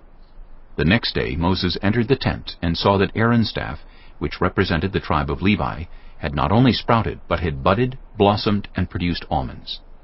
Then Moses brought out all the staffs from the Lord's presence to all the Israelites. They looked at them, and each of the leaders took his own staff. The Lord said to Moses, "Put back Aaron's staff in front of the ark of the covenant law, to be kept as a sign to the rebellious. This will put an end to their grumbling against me, so that they will not die." Moses did just as the Lord commanded him. The Israelites said to Moses, "We will die. We are lost. We are all lost. Anyone who even comes near the tabernacle of the Lord will die. Are we all going to die?" Chapter 18. The Lord said to Aaron, "You, your sons, and your family are to bear the responsibility for offenses connected with the sanctuary, and you and your sons alone are to bear the responsibility for offenses connected with the priesthood. Bring your fellow Levites from your ancestral tribe to join you and assist you when you and your sons minister before the tent of the covenant law. They are to be responsible to you and are to perform all the duties of the tent. But they must not go near the furnishings of the sanctuary or the altar. Otherwise both they and you will die. They are to join you and be responsible for the care of the tent of meeting, all the work at the tent, and no one else may come near where you are. You are to be responsible for the care of the sanctuary and the altar, so that my wrath will not fall on the Israelites again. I myself have selected your fellow Levites from among the Israelites as a gift to you, dedicated to the Lord to do the work at the tent of meeting. But only you and your sons may serve as priests in connection with everything at the altar and inside the curtain. I am giving you the service of the priesthood as a gift. Anyone else who comes near the sanctuary is to be put to death." Then the Lord said to Aaron, "I myself have put you in charge of the offerings presented to me.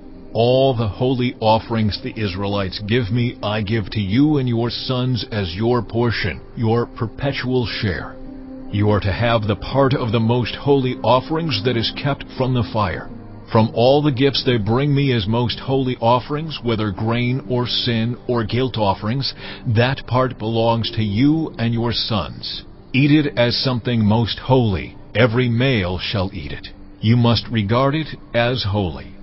This also is yours, whatever is set aside from the gifts of all the wave offerings of the Israelites. I give this to you and your sons and daughters as your perpetual share. Everyone in your household who is ceremonially clean may eat it. I give you all the finest olive oil, and all the finest new wine and grain they give the Lord as the firstfruits of their harvest. All the land's firstfruits that they bring to the Lord will be yours. Everyone in your household who is ceremonially clean may eat it.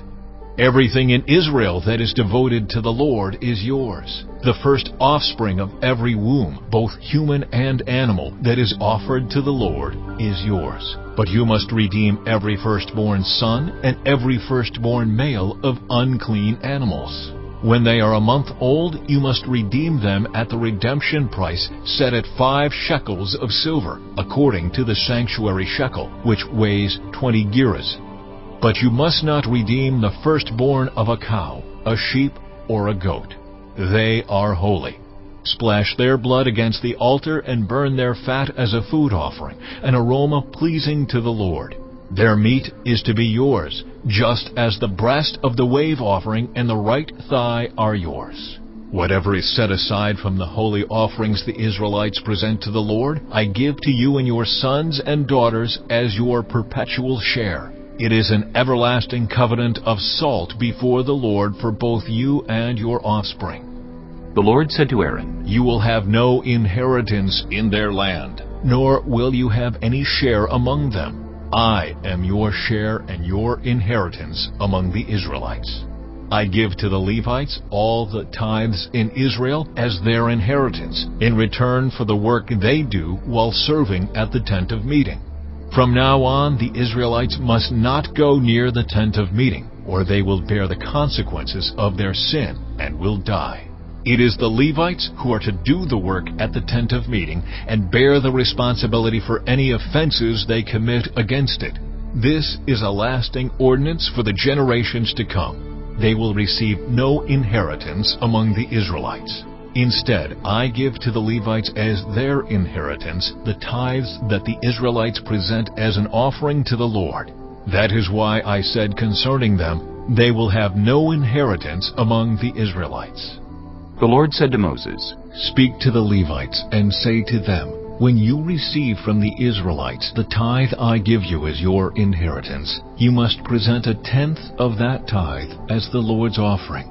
Your offering will be reckoned to you as grain from the threshing floor or juice from the winepress. In this way you also will present an offering to the Lord from all the tithes you receive from the Israelites. From these tithes you must give the Lord's portion to Aaron the priest. You must present as the Lord's portion the best and holiest part of everything given to you. Say to the Levites, When you present the best part, it will be reckoned to you as the product of the threshing floor or the winepress. You and your households may eat the rest of it anywhere, for it is your wages for your work at the tent of meeting. By presenting the best part of it, you will not be guilty in this matter. Then you will not defile the holy offerings of the Israelites, and you will not die. Chapter 19. The Lord said to Moses and Aaron, This is a requirement of the law that the Lord has commanded. Tell the Israelites to bring you a red heifer without defect or blemish, and that has never been under a yoke. Give it to Eleazar the priest. It is to be taken outside the camp and slaughtered in his presence. Then Eleazar the priest is to take some of its blood on his finger and sprinkle it 7 times toward the front of the tent of meeting. While he watches, the heifer is to be burned, its hide, flesh, blood, and intestines. The priest is to take some cedar wood, hyssop, and scarlet wool and throw them onto the burning heifer. After that, the priest must wash his clothes and bathe himself with water. He may then come into the camp, but he will be ceremonially unclean till evening. The man who burns it must also wash his clothes and bathe with water, and he too will be unclean till evening.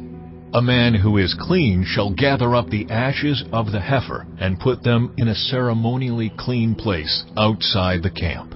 They are to be kept by the Israelite community for use in the water of cleansing. It is for purification from sin. The man who gathers up the ashes of the heifer must also wash his clothes, and he too will be unclean till evening. This will be a lasting ordinance both for the Israelites and for the foreigners residing among them. Whoever touches a human corpse will be unclean for 7 days. They must purify themselves with the water on the 3rd day, and on the 7th day, then they will be clean. But if they do not purify themselves on the 3rd and 7th days, they will not be clean. If they fail to purify themselves after touching a human corpse, they defile the Lord's tabernacle. They must be cut off from Israel. Because the water of cleansing has not been sprinkled on them, they are unclean. Their uncleanness remains on them. This is the law that applies when a person dies in a tent. Anyone who enters the tent and anyone who is in it will be unclean for 7 days, and every open container without a lid fastened on it will be unclean. Anyone out in the open who touches someone who has been killed with a sword, or someone who has died a natural death, or anyone who touches a human bone or a grave will be unclean for 7 days. For the unclean person, put some ashes from the burned purification offering into a jar and pour fresh water over them. Then a man who is ceremonially clean is to take some hyssop, dip it in the water, and sprinkle the tent and all the furnishings and the people who were there. He must also sprinkle anyone who has touched a human bone, or a grave, or anyone who has been killed, or anyone who has died a natural death. The man who is clean is to sprinkle those who are unclean on the 3rd and 7th days, and on the 7th day he is to purify them. Those who are being cleansed must wash their clothes and bathe with water, and that evening they will be clean. But if those who are unclean do not purify themselves, they must be cut off from the community, because they have defiled the sanctuary of the Lord. The water of cleansing has not been sprinkled on them, and they are unclean. This is a lasting ordinance for them. The man who sprinkles the water of cleansing must also wash his clothes, and anyone who touches the water of cleansing will be unclean till evening. Anything that an unclean person touches becomes unclean, and anyone who touches it becomes unclean till evening. Chapter 20. In the first month, the whole Israelite community arrived at the desert of Zin, and they stayed at Kadesh. There Miriam died and was buried. Now there was no water for the community, and the people gathered in opposition to Moses and Aaron. They quarreled with Moses and said, "If only we had died when our brothers fell dead before the Lord. Why did you bring the Lord's community into this wilderness, that we and our livestock should die here? Why did you bring us up out of Egypt to this terrible place? It has no grain or figs, grapevines or pomegranates, and there is no water to drink." Moses and Aaron went from the assembly to the entrance to the tent of meeting and fell face down, and the glory of the Lord appeared to them. The Lord said to Moses, "Take the staff, and you and your brother Aaron gather the assembly together. Speak to that rock before their eyes, and it will pour out its water. You will bring water out of the rock for the community, so they and their livestock can drink." So Moses took the staff from the Lord's presence, just as he commanded him. He and Aaron gathered the assembly together in front of the rock, and Moses said to them, "Listen, you rebels! Must we bring you water out of this rock?" Then Moses raised his arm and struck the rock twice with his staff.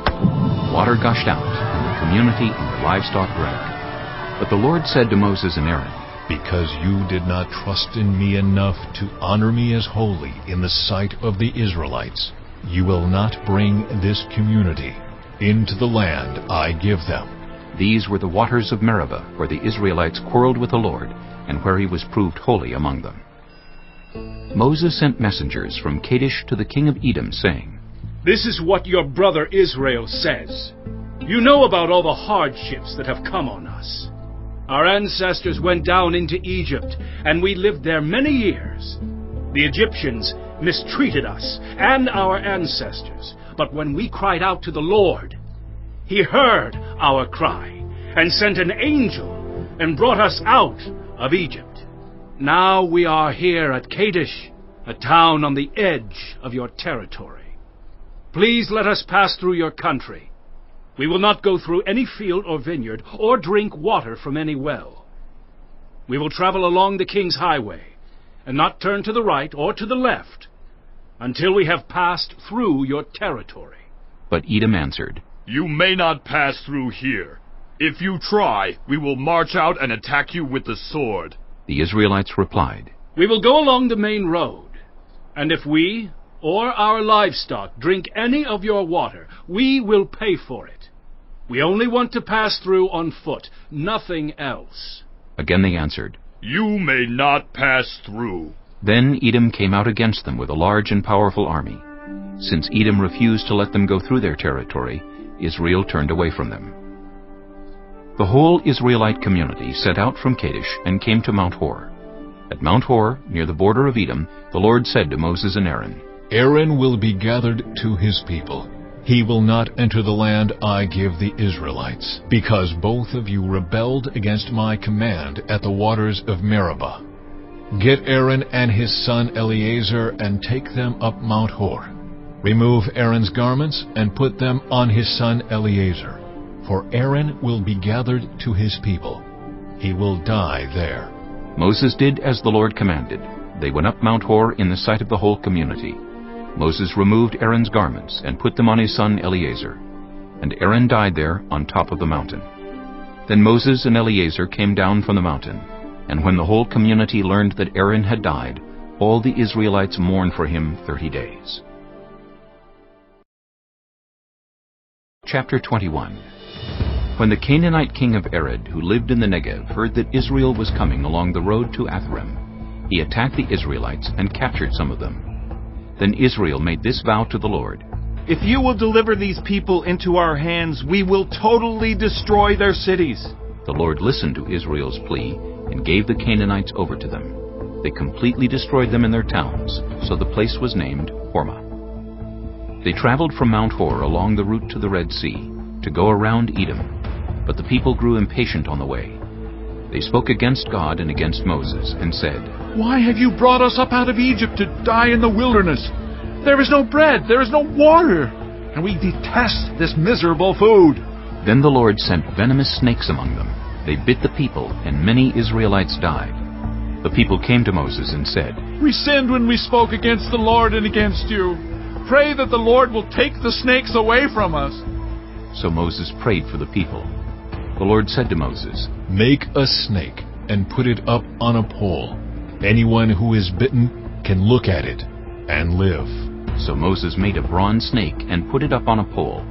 Then when anyone was bitten by a snake and looked at the bronze snake, they lived. The Israelites moved on and camped at Oboth. Then they set out from Oboth and camped in Abarim, in the wilderness that faces Moab toward the sunrise. From there they moved on and camped in the Zered Valley. They set out from there and camped alongside the Arnon, which is in the wilderness extending into Amorite territory. The Arnon is the border of Moab between Moab and the Amorites. That is why the book of the Wars of the Lord says, Zahab in Suphah and the ravines, the Arnon and the slopes of the ravines that lead to the settlement of Ar and lie along the border of Moab. From there they continued on to Beer, the well where the Lord said to Moses, Gather the people together, and I will give them water. Then Israel sang this song: Spring up, O well, sing about it, about the well that the princes dug, that the nobles of the people sank, the nobles with scepters and staffs. Then they went from the wilderness to Mattanah, from Mattanah to Nahaliel, from Nahaliel to Bamoth, and from Bamoth to the valley in Moab where the top of Pisgah overlooks the wasteland. Israel sent messengers to say to Sihon, king of the Amorites, Let us pass through your country. We will not turn aside into any field or vineyard or drink water from any well. We will travel along the king's highway until we have passed through your territory. But Sihon would not let Israel pass through his territory. He mustered his entire army and marched out into the wilderness against Israel. When he reached Jahaz, he fought with Israel. Israel, however, put him to the sword and took over his land from the Arnon to the Jabbok, but only as far as the Ammonites, because their border was fortified. Israel captured all the cities of the Amorites and occupied them, including Heshbon and all its surrounding settlements. Heshbon was the city of Sihon, king of the Amorites, who had fought against the former king of Moab, and had taken from him all his land as far as the Arnon. That is why the poets say, Come to Heshbon and let it be rebuilt. Let Sihon's city be restored. Fire went out from Heshbon, a blaze from the city of Sihon. It consumed Ar of Moab, the citizens of Arnon's heights. Woe to you, Moab! You are destroyed, people of Chemosh. He has given up his sons as fugitives and his daughters as captives to Sihon, king of the Amorites. But we have overthrown them. Heshbon's dominion has been destroyed all the way to Dibon. We have demolished them as far as Nophah, which extends to Medeba. So Israel settled in the land of the Amorites. After Moses had sent spies to Jazer, the Israelites captured its surrounding settlements and drove out the Amorites who were there. Then they turned and went up along the road toward Bashan, and Og, king of Bashan, and his whole army marched out to meet them in battle at Edrei. The Lord said to Moses, Do not be afraid of him, for I have delivered him into your hands, along with his whole army and his land.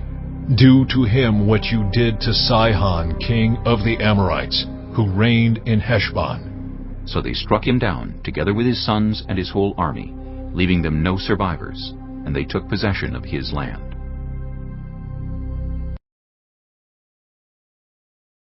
Chapter 22. Then the Israelites traveled to the plains of Moab, and camped along the Jordan across from Jericho. Now Balak, son of Zippor, saw all that Israel had done to the Amorites, and Moab was terrified because there were so many people. Indeed, Moab was filled with dread because of the Israelites. The Moabites said to the elders of Midian, "This horde is going to lick up everything around us, as an ox licks up the grass of the field." So Balak, son of Zippor, who was king of Moab at that time, sent messengers to summon Balaam, son of Beor, who was at Pethor near the Euphrates River in his native land. Balak said, "A people has come out of Egypt. They cover the face of the land and have settled next to me. Now come and put a curse on these people, because they are too powerful for me. Perhaps then I will be able to defeat them and drive them out of the land. For I know that whoever you bless is blessed, and whoever you curse is cursed." The elders of Moab and Midian left, taking with them the fee for divination. When they came to Balaam, they told him what Balak had said. "Spend the night here," Balaam said to them, "and I will report back to you with the answer the Lord gives me." So the Moabite officials stayed with him. God came to Balaam and asked, "Who are these men with you?" Balaam said to God, "Balak, son of Zippor, king of Moab, sent me this message. A people that has come out of Egypt covers the face of the land. Now come and put a curse on them for me. Perhaps then I will be able to fight them and drive them away."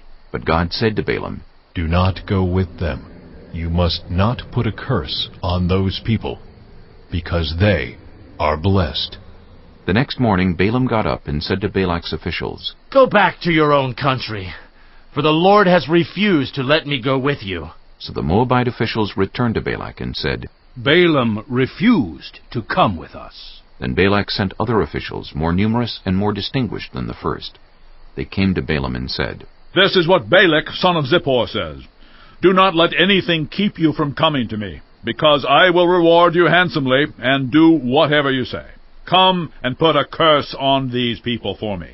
But Balaam answered them, "Even if Balak gave me all the silver and gold in his palace, I could not do anything great or small to go beyond the command of the Lord my God. Now spend the night here so that I can find out what else the Lord will tell me." That night God came to Balaam and said, "Since these men have come to summon you, go with them, but do only what I tell you." Balaam got up in the morning, saddled his donkey, and went with the Moabite officials. But God was very angry when he went, and the angel of the Lord stood in the road to oppose him. Balaam was riding on his donkey, and his 2 servants were with him. When the donkey saw the angel of the Lord standing in the road with a drawn sword in his hand, it turned off the road into a field. Balaam beat it to get it back on the road. Then the angel of the Lord stood in a narrow path through the vineyards with walls on both sides. When the donkey saw the angel of the Lord, it pressed close to the wall, crushing Balaam's foot against it, so he beat the donkey again. Then the angel of the Lord moved on ahead and stood in a narrow place where there was no room to turn, either to the right or to the left. When the donkey saw the angel of the Lord, it lay down under Balaam, and he was angry and beat it with his staff. Then the Lord opened the donkey's mouth, and it said to Balaam, "What have I done to you to make you beat me these 3 times?" Balaam answered the donkey, "You have made a fool of me. If only I had a sword in my hand, I would kill you right now." The donkey said to Balaam, "Am I not your own donkey, which you have always ridden to this day? Have I been in the habit of doing this to you?" "No," he said. Then the Lord opened Balaam's eyes, and he saw the angel of the Lord standing in the road with his sword drawn. So he bowed low and fell face down. The angel of the Lord asked him, "Why have you beaten your donkey these 3 times? I have come here to oppose you, because your path is a reckless one before me. The donkey saw me and turned away from me these 3 times. If it had not turned away, I would certainly have killed you by now, but I would have spared it." Balaam said to the angel of the Lord, "I have sinned. I did not realize you were standing in the road to oppose me.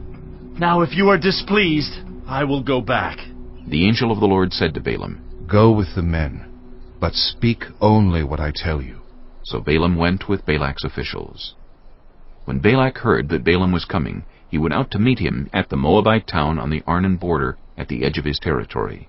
Balak said to Balaam, Did I not send you an urgent summons? Why didn't you come to me? Am I really not able to reward you? Well, I have come to you now, Balaam replied, but I can't say whatever I please. I must speak only what God puts in my mouth. Then Balaam went with Balak to Kiriath-Huzoth. Balak sacrificed cattle and sheep, and gave some to Balaam and the officials who were with him. The next morning Balak took Balaam up to Bamīḍbar, and from there he could see the outskirts of the Israelite camp. Chapter 23. Balaam said, Build me 7 altars here, and prepare 7 bulls and 7 rams for me. Balak did as Balaam said, and the 2 of them offered a bull and a ram on each altar. Then Balaam said to Balak, Stay here beside your offering while I go aside. Perhaps the Lord will come to meet with me. Whatever he reveals to me, I will tell you. Then he went off to a barren height. God met with him, and Balaam said, I have prepared 7 altars, and on each altar I have offered a bull and a ram. The Lord put a word in Balaam's mouth and said, Go back to Balak, and give him this word. So he went back to him, and found him standing beside his offering with all the Moabite officials. Then Balaam spoke his message. Balak brought me from Aram, the king of Moab from the eastern mountains. Come, he said, curse Jacob for me. Come, denounce Israel. How can I curse those whom God has not cursed? How can I denounce those whom the Lord has not denounced? From the rocky peaks I see them, from the heights I view them. I see a people who live apart and do not consider themselves one of the nations. Who can count the dust of Jacob, or number even 1/4 of Israel? Let me die the death of the righteous, and may my final end be like theirs. Balak said to Balaam, What have you done to me? I brought you to curse my enemies, but you have done nothing but bless them. He answered, Must I not speak what the Lord puts in my mouth? Then Balak said to him, Come with me to another place where you can see them. You will not see them all, but only the outskirts of their camp. And from there, curse them for me. So he took him to the field of Zophim on the top of Pisgah, and there he built 7 altars, and offered a bull and a ram on each altar. Balaam said to Balak, Stay here beside your offering while I meet with him over there. The Lord met with Balaam and put a word in his mouth and said, Go back to Balak and give him this word. So he went to him and found him standing beside his offering with the Moabite officials. Balak asked him, What did the Lord say? Then he spoke his message. Arise, Balak, and listen. Hear me, son of Zippor. God is not human that he should lie, not a human being that he should change his mind. Does he speak and then not act? Does he promise and not fulfill? I have received a command to bless. He has blessed, and I cannot change it. No misfortune is seen in Jacob, no misery observed in Israel. The Lord their God is with them. The shout of the king is among them. God brought them out of Egypt. They have the strength of a wild ox. There is no divination against Jacob, no evil omens against Israel. It will now be said of Jacob and of Israel, See what God has done. The people rise like a lioness. They rouse themselves like a lion that does not rest till it devours its prey and drinks the blood of its victims. Then Balak said to Balaam, Neither curse them at all, nor bless them at all. Balaam answered, Did I not tell you I must do whatever the Lord says? Then Balak said to Balaam, Come, let me take you to another place. Perhaps it will please God to let you curse them for me from there. And Balak took Balaam to the top of Peor, overlooking the wasteland. Balaam said, Build me 7 altars here, and prepare 7 bulls and 7 rams for me. Balak did as Balaam had said, and offered a bull and a ram on each altar.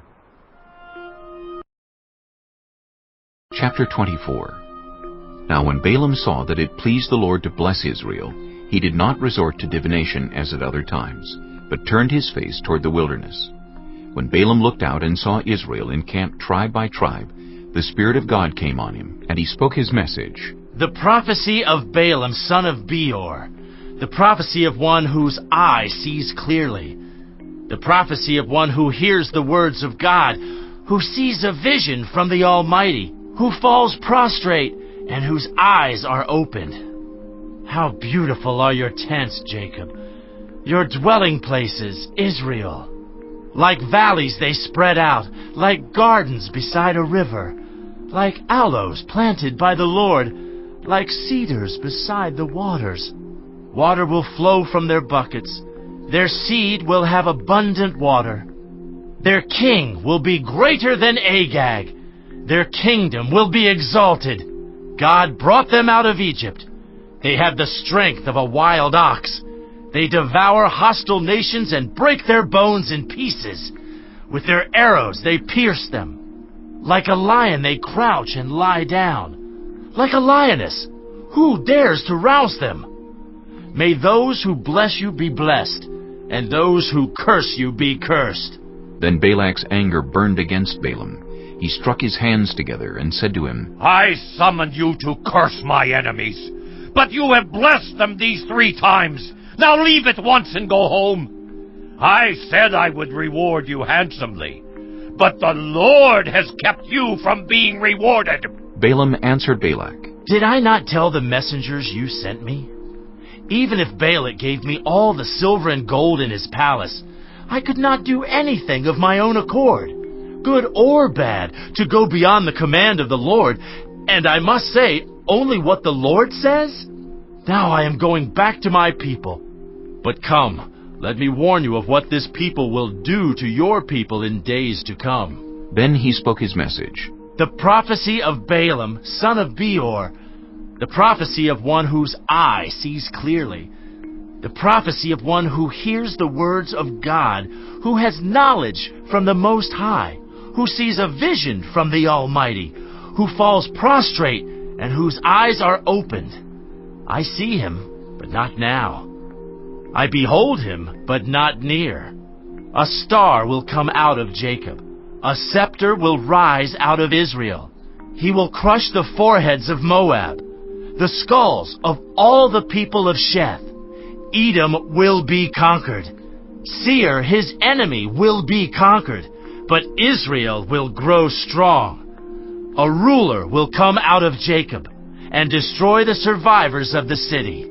Then Balaam saw Amalek and spoke his message. Amalek was first among the nations, but their end will be utter destruction. Then he saw the Kenites and spoke his message. Your dwelling place is secure. Your nest is set in a rock. Yet you Kenites will be destroyed when Asher takes you captive.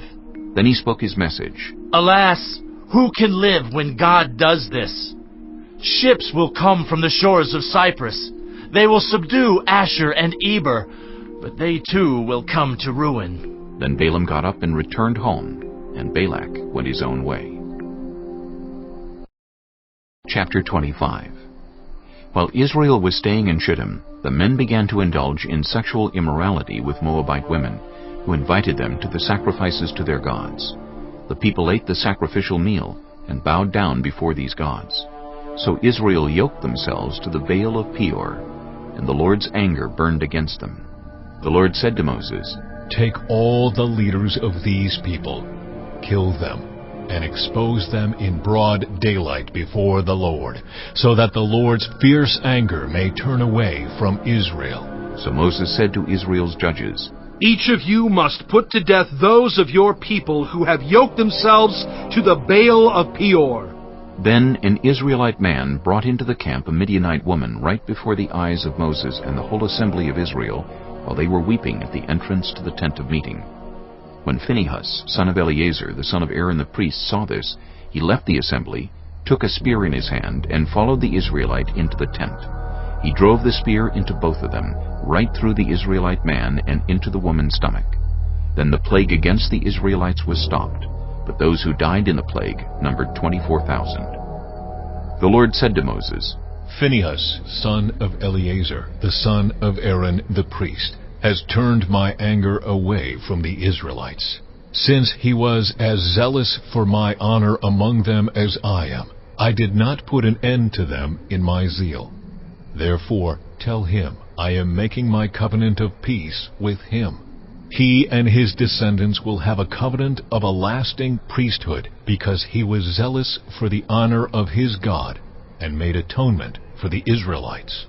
The name of the Israelite who was killed with a Midianite woman was Zimri, son of Salu, the leader of a Simeonite family. And the name of the Midianite woman who was put to death was Cosbi, daughter of Zur, a tribal chief of a Midianite family. The Lord said to Moses, Treat the Midianites as enemies and kill them. They treated you as enemies when they deceived you in the Peor incident involving their sister Cosbi, the daughter of a Midianite leader, the woman who was killed when the plague came as a result of that incident. Chapter 26. After the plague, the Lord said to Moses and Eleazar, son of Aaron the priest, Take a census of the whole Israelite community by families, all those 20 years old or more who are able to serve in the army of Israel. So on the plains of Moab, by the Jordan, across from Jericho, Moses and Eleazar the priest spoke with them and said, Take a census of the men 20 years old or more, as the Lord commanded Moses. These were the Israelites who came out of Egypt. The descendants of Reuben, the firstborn son of Israel, were, through Hanok, the Hanokite clan, through Palu, the Paluite clan, through Hezron, the Hezronite clan, through Carmi, the Carmite clan. These were the clans of Reuben.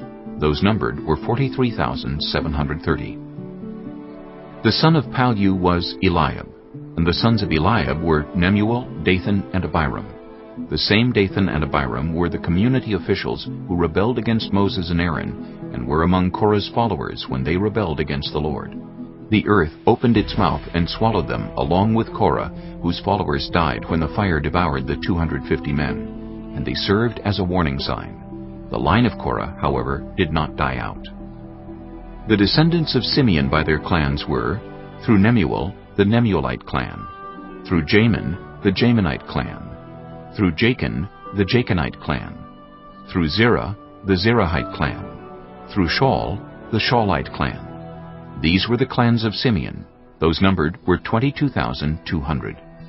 The descendants of Gad by their clans were, through Zephon, the Zephonite clan, through Haggi, the Haggite clan, through Shuni, the Shunite clan, through Ozni, the Oznite clan, through Eri, the Erite clan, through Eridai, the Eridite clan, through Areli, the Arelite clan. These were the clans of Gad. Those numbered were 40,500.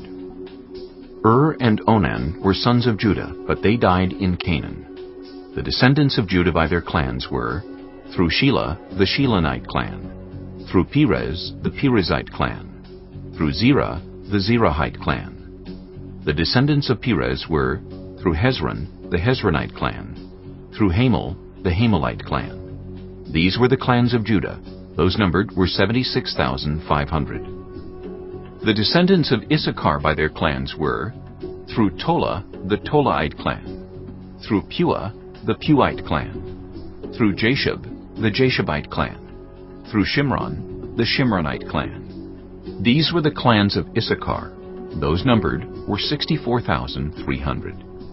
The descendants of Zebulun by their clans were, through Sered, the Seredite clan, through Elon, the Elonite clan, through Jaliel, the Jalielite clan. These were the clans of Zebulun. Those numbered were 60,500. The descendants of Joseph by their clans through Manasseh and Ephraim were, the descendants of Manasseh through Machir, the Machirite clan. Machir was the father of Gilead. Through Gilead, the Gileadite clan. These were the descendants of Gilead.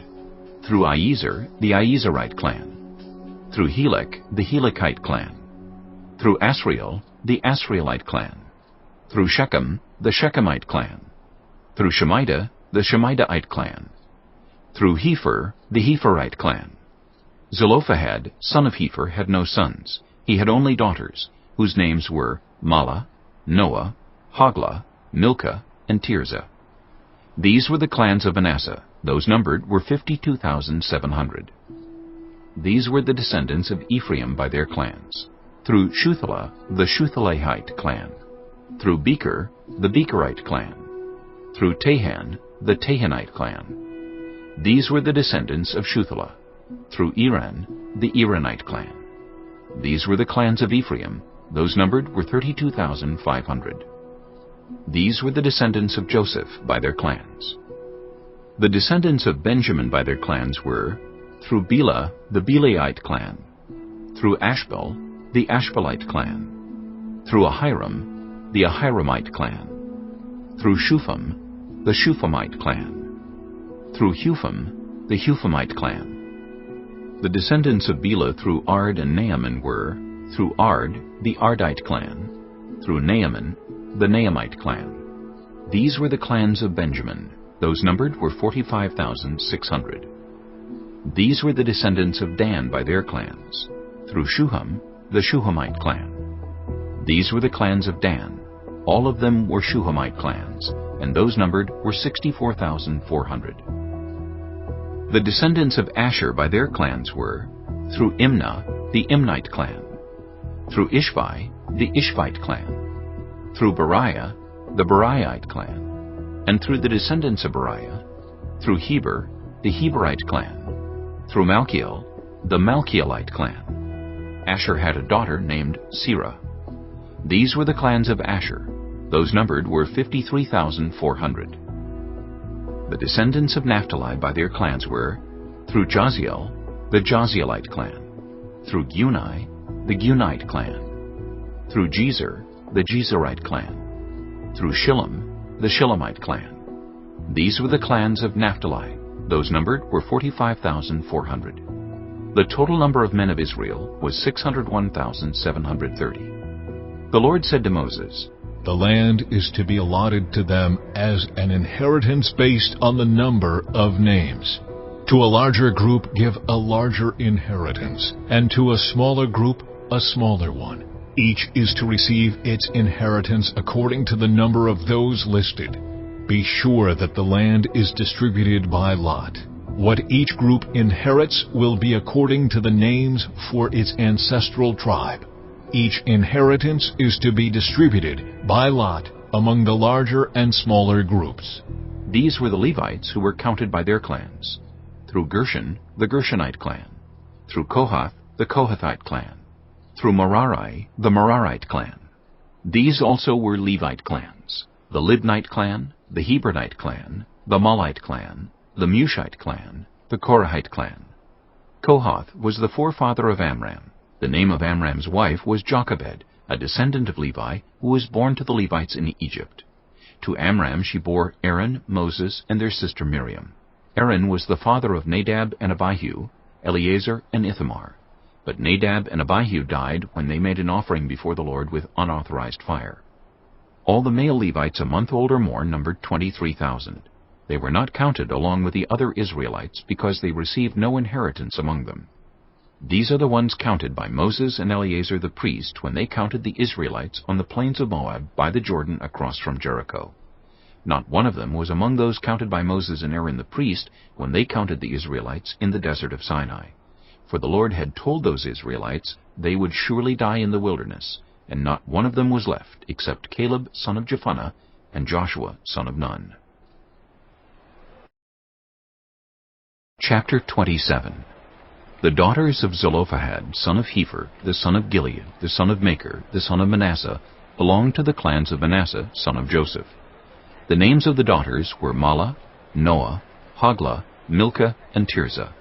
They came forward and stood before Moses, Eleazar the priest, the leaders, and the whole assembly at the entrance to the tent of meeting, and said, "Our father died in the wilderness. He was not among Korah's followers who banded together against the Lord, but he died for his own sin and left no sons. Why should our father's name disappear from his clan because he had no son? Give us property among our father's relatives." So Moses brought their case before the Lord. And the Lord said to him, "What Zelophehad's daughters are saying is right. You must certainly give them property as an inheritance among their father's relatives, and give their father's inheritance to them. Say to the Israelites, if a man dies and leaves no son, give his inheritance to his daughter. If he has no daughter, give his inheritance to his brothers. If he has no brothers, give his inheritance to his father's brothers. If his father had no brothers, give his inheritance to the nearest relative in his clan, that he may possess it. This is to have the force of law for the Israelites, as the Lord commanded Moses." Then the Lord said to Moses, "Go up this mountain in the Abarim range and see the land I have given the Israelites. After you have seen it, you too will be gathered to your people, as your brother Aaron was. For when the community rebelled at the waters in the desert of Zin, both of you disobeyed my command to honor me as holy before their eyes." These were the waters of Meribah Kadesh in the desert of Zin. Moses said to the Lord, "May the Lord, the God who gives breath to all living things, appoint someone over this community to go out and come in before them, one who will lead them out and bring them in, so the Lord's people will not be like sheep without a shepherd." So the Lord said to Moses, "Take Joshua, son of Nun, a man in whom is the spirit of leadership, and lay your hand on him. Have him stand before Eleazar the priest and the entire assembly, and commission him in their presence. Give him some of your authority, so the whole Israelite community will obey him. He is to stand before Eleazar the priest, who will obtain decisions for him by inquiring of the Urim before the Lord. At his command, he and the entire community of the Israelites will go out, and at his command, they will come in." Moses did as the Lord commanded him. He took Joshua and had him stand before Eleazar the priest and the whole assembly. Then he laid his hands on him and commissioned him, as the Lord instructed through Moses. Chapter 28. The Lord said to Moses, "Give this command to the Israelites, and say to them, make sure that you present to me at the appointed time my food offerings, as an aroma pleasing to me. Say to them, this is the food offering you are to present to the Lord, 2 lambs a year old without defect, as a regular burnt offering each day.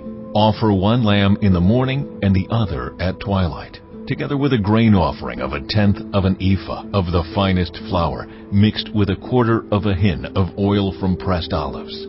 This is the regular burnt offering instituted at Mount Sinai as a pleasing aroma, a food offering presented to the Lord. The accompanying drink offering is to be 1/4 of a hin of fermented drink with each lamb. Pour out the drink offering to the Lord at the sanctuary. Offer the 2nd lamb at twilight, along with the same kind of grain offering and drink offering that you offer in the morning. This is a food offering, an aroma pleasing to the Lord. On the Sabbath day, make an offering of 2 lambs a year old without defect, together with its drink offering and a grain offering of 2/10 of an ephah of the finest flour mixed with olive oil.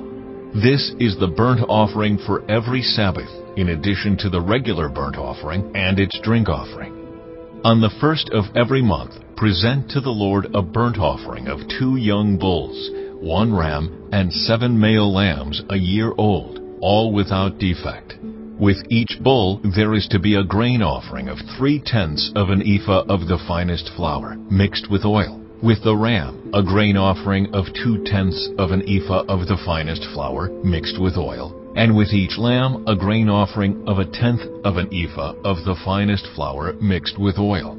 This is for a burnt offering, a pleasing aroma, a food offering presented to the Lord. With each bull there is to be a drink offering of 1/2 a hin of wine. With the ram, 1/3 of a hin. And with each lamb, 1/4 of a hin. This is the monthly burnt offering to be made at each new moon during the year. Besides the regular burnt offering with its drink offering, 1 male goat is to be presented to the Lord as a sin offering.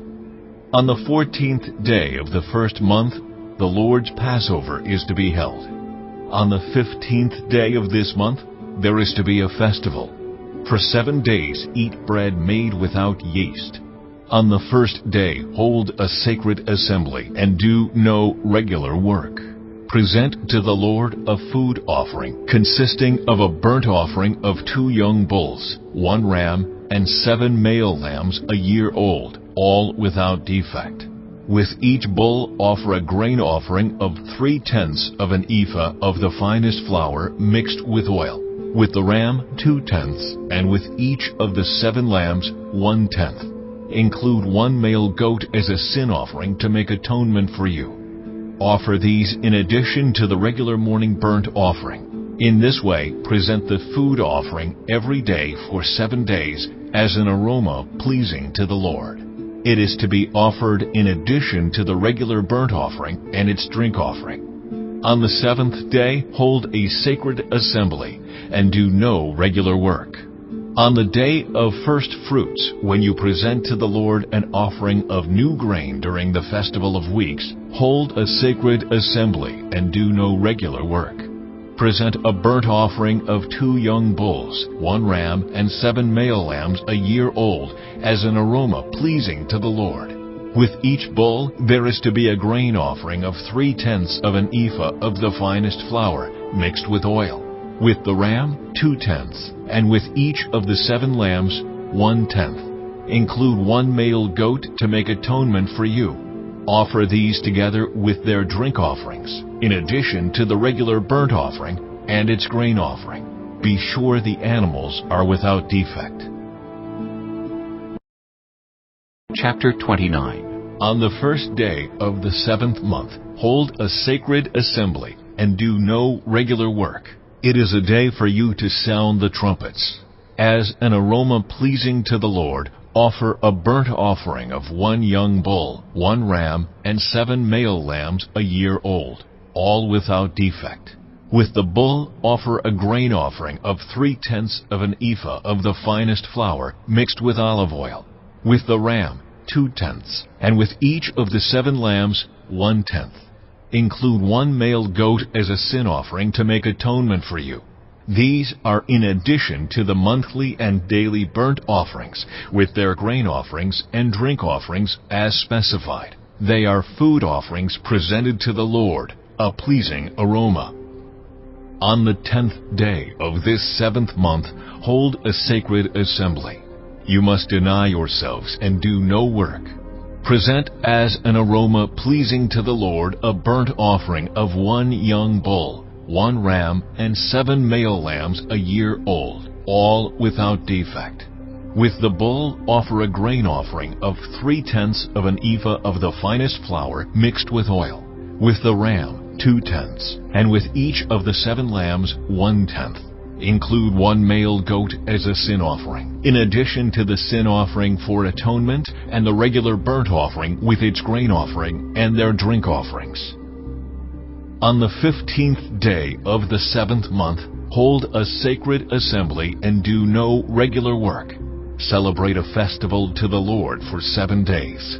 Present as an aroma pleasing to the Lord a food offering consisting of a burnt offering of 13 young bulls, 2 rams, and 14 male lambs a year old, all without defect.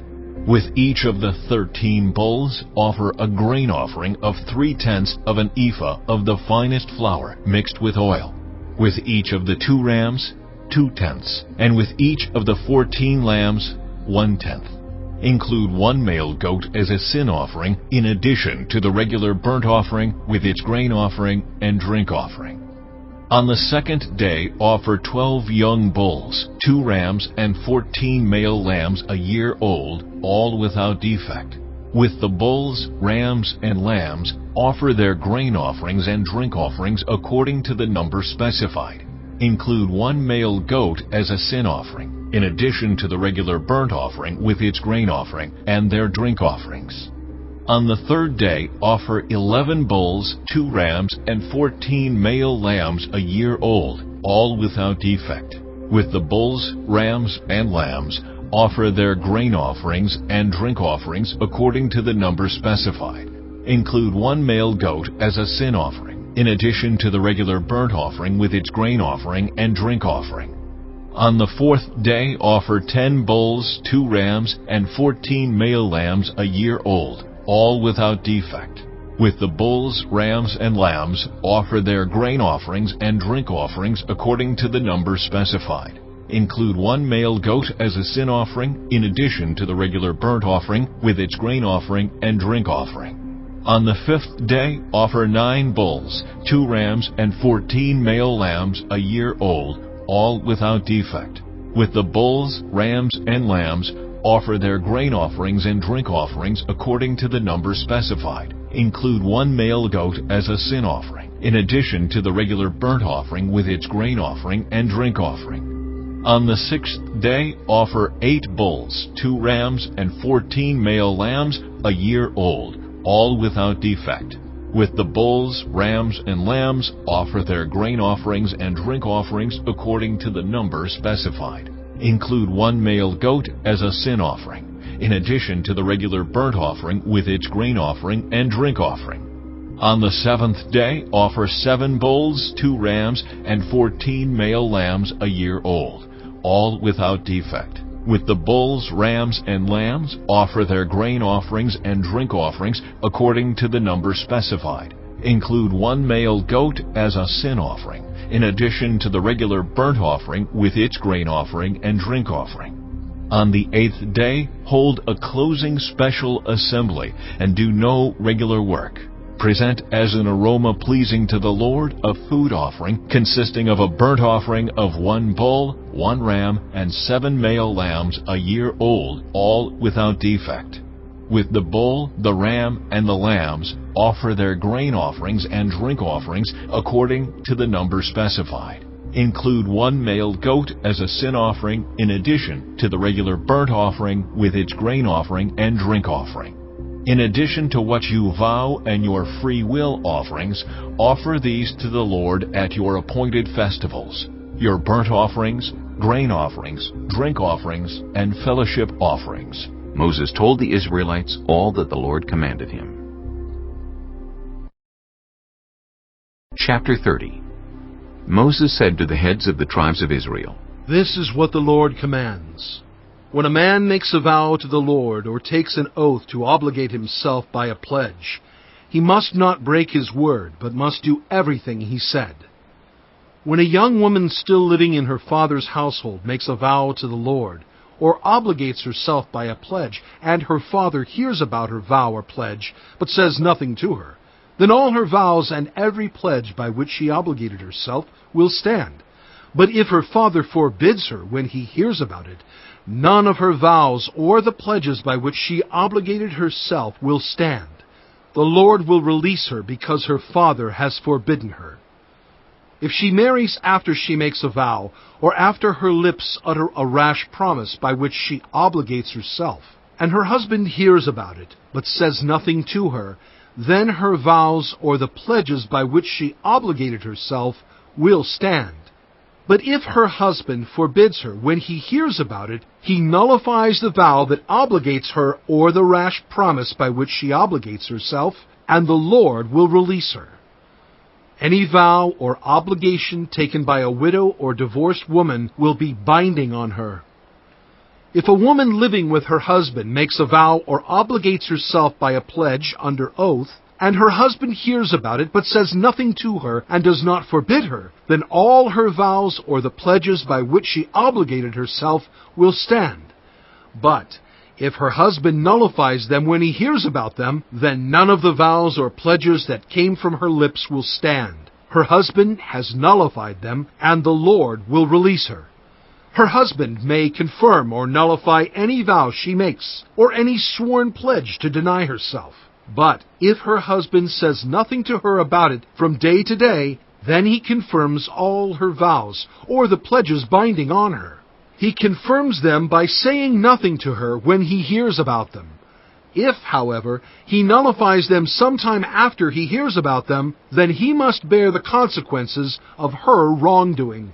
These are the regulations the Lord gave Moses concerning relationships between a man and his wife, and between a father and his young daughter still living at home.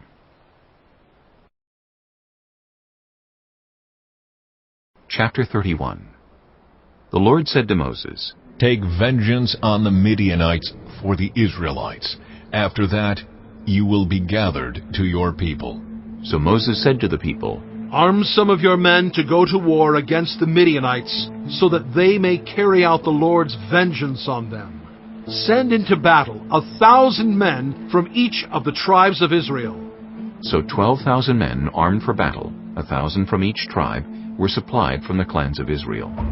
Moses sent them into battle, 1,000 from each tribe, along with Phinehas, son of Eleazar the priest, who took with him articles from the sanctuary and the trumpets for signaling. They fought against Midian, as the Lord commanded Moses, and killed every man. Among their victims were Evi, Rechem, Zur, Hur, and Reba, the 5 kings of Midian. They also killed Balaam, son of Beor, with the sword. The Israelites captured the Midianite women and children, and took all the Midianite herds, flocks, and goods as plunder. They burned all the towns where the Midianites had settled, as well as all their camps. They took all the plunder and spoils, including the people and animals, and brought the captives, spoils, and plunder to Moses and Eleazar the priest, and the Israelite assembly at their camp on the plains of Moab, by the Jordan across from Jericho. Moses, Eleazar the priest, and all the leaders of the community went to meet them outside the camp. Moses was angry with the officers of the army, the commanders of thousands and commanders of hundreds, who returned from the battle. Have you allowed all the women to live? He asked them. They were the ones who followed Balaam's advice and enticed the Israelites to be unfaithful to the Lord in the Peor incident, so that a plague struck the Lord's people. Now, kill all the boys, and kill every woman who has slept with a man, but save for yourselves every girl who has never slept with a man. Anyone who has killed someone or touched someone who was killed must stay outside the camp 7 days. On the 3rd and 7th days, you must purify yourselves and your captives. Purify every garment as well as everything made of leather, goat hair, or wood. Then Eleazar the priest said to the soldiers who had gone into battle, This is what is required by the law that the Lord gave Moses. Gold, silver, bronze, iron, tin, lead, and anything else that can withstand fire must be put through the fire, and then it will be clean. But it must also be purified with the water of cleansing, and whatever cannot withstand fire must be put through that water. On the 7th day, wash your clothes, and you will be clean. Then you may come into the camp. The Lord said to Moses, You and Eleazar the priest and the family heads of the community are to count all the people and animals that were captured. Divide the spoils equally between the soldiers who took part in the battle and the rest of the community. From the soldiers who fought in the battle, set apart as tribute for the Lord 1 out of every 500, whether people, cattle, donkeys, or sheep. Take this tribute from their half-share and give it to Eleazar the priest as the Lord's part.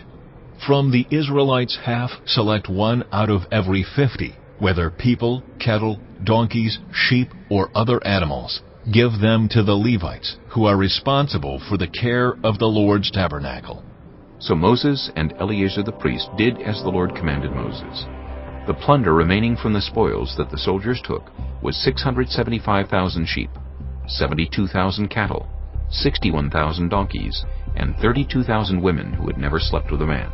The half-share of those who fought in the battle was 337,500 sheep, of which the tribute for the Lord was 675, 36,000 cattle, of which the tribute for the Lord was 72, 30,500 donkeys, of which the tribute for the Lord was 61, 16,000 people, of whom the tribute for the Lord was 32. Moses gave the tribute to Eleazar the priest as the Lord's part, as the Lord commanded Moses.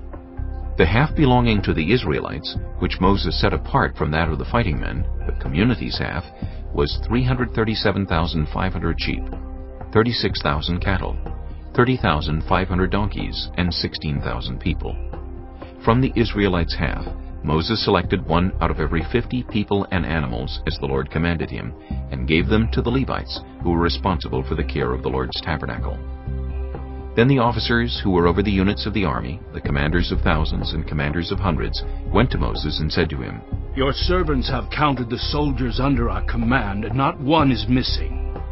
So we have brought as an offering to the Lord the gold articles each of us acquired, armlets, bracelets, signet rings, earrings, and necklaces, to make atonement for ourselves before the Lord." Moses and Eleazar the priest accepted from them the gold, all the crafted articles. All the gold from the commanders of thousands and commanders of hundreds that Moses and Eleazar presented as a gift to the Lord weighed 16,750 shekels. Each soldier had taken plunder for himself. Moses and Eleazar the priest accepted the gold from the commanders of thousands and commanders of hundreds and brought it into the tent of meeting as a memorial for the Israelites before the Lord. Chapter 32. The Reubenites and Gadites, who had very large herds and flocks, saw that the lands of Jazer and Gilead were suitable for livestock. So they came to Moses and Eleazar the priest and to the leaders of the community and said, Adaroth, Dibon, Jazer, Nimrah, Heshbon, Elealeh, Sebam, Nebo, and Beon. The land the Lord subdued before the people of Israel are suitable for livestock, and your servants have livestock. If we have found favor in your eyes, they said, let this land be given to your servants as our possession. Do not make us cross the Jordan. Moses said to the Gadites and Reubenites, Should your fellow Israelites go to war while you sit here? Why do you discourage the Israelites from crossing over into the land the Lord has given them? This is what your fathers did when I sent them from Kadesh Barnea to look over the land. After they went up to the valley of Eshcol and viewed the land, they discouraged the Israelites from entering the land the Lord had given them. The Lord's anger was aroused that day, and he swore this oath, Because they have not followed me wholeheartedly, not one of those who were 20 years old or more when they came up out of Egypt will see the land I promised on oath to Abraham, Isaac, and Jacob. Not one except Caleb, son of Jephunneh the Kenizzite, and Joshua, son of Nun, for they followed the Lord wholeheartedly. The Lord's anger burned against Israel, and he made them wander in the wilderness 40 years, until the whole generation of those who had done evil in his sight was gone.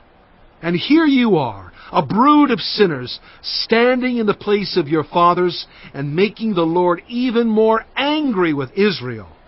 If you turn away from following him, he will again leave all this people in the wilderness, and you will be the cause of their destruction.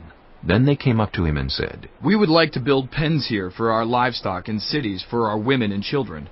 But we will arm ourselves for battle and go ahead of the Israelites until we have brought them to their place. Meanwhile, our women and children will live in fortified cities for protection from the inhabitants of the land. We will not return to our homes until each of the Israelites has received their inheritance.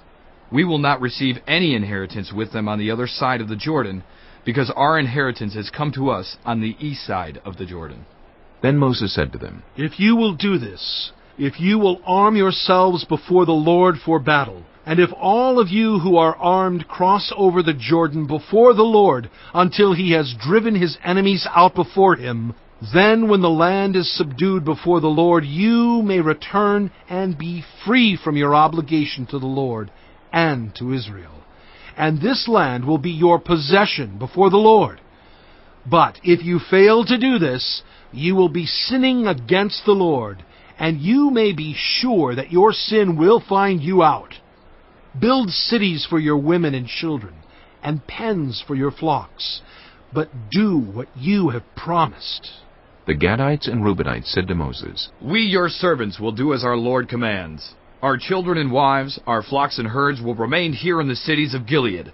But your servants, every man who is armed for battle, will cross over to fight before the Lord, just as our Lord says. Then Moses gave orders about them to Eleazar the priest and Joshua son of Nun, and to the family heads of the Israelite tribes. He said to them, If the Gadites and Reubenites, every man armed for battle, cross over the Jordan with you before the Lord, then when the land is subdued before you, you must give them the land of Gilead as their possession. But if they do not cross over with you armed, they must accept their possession with you in Canaan. The Gadites and Reubenites answered, Your servants will do what the Lord has said.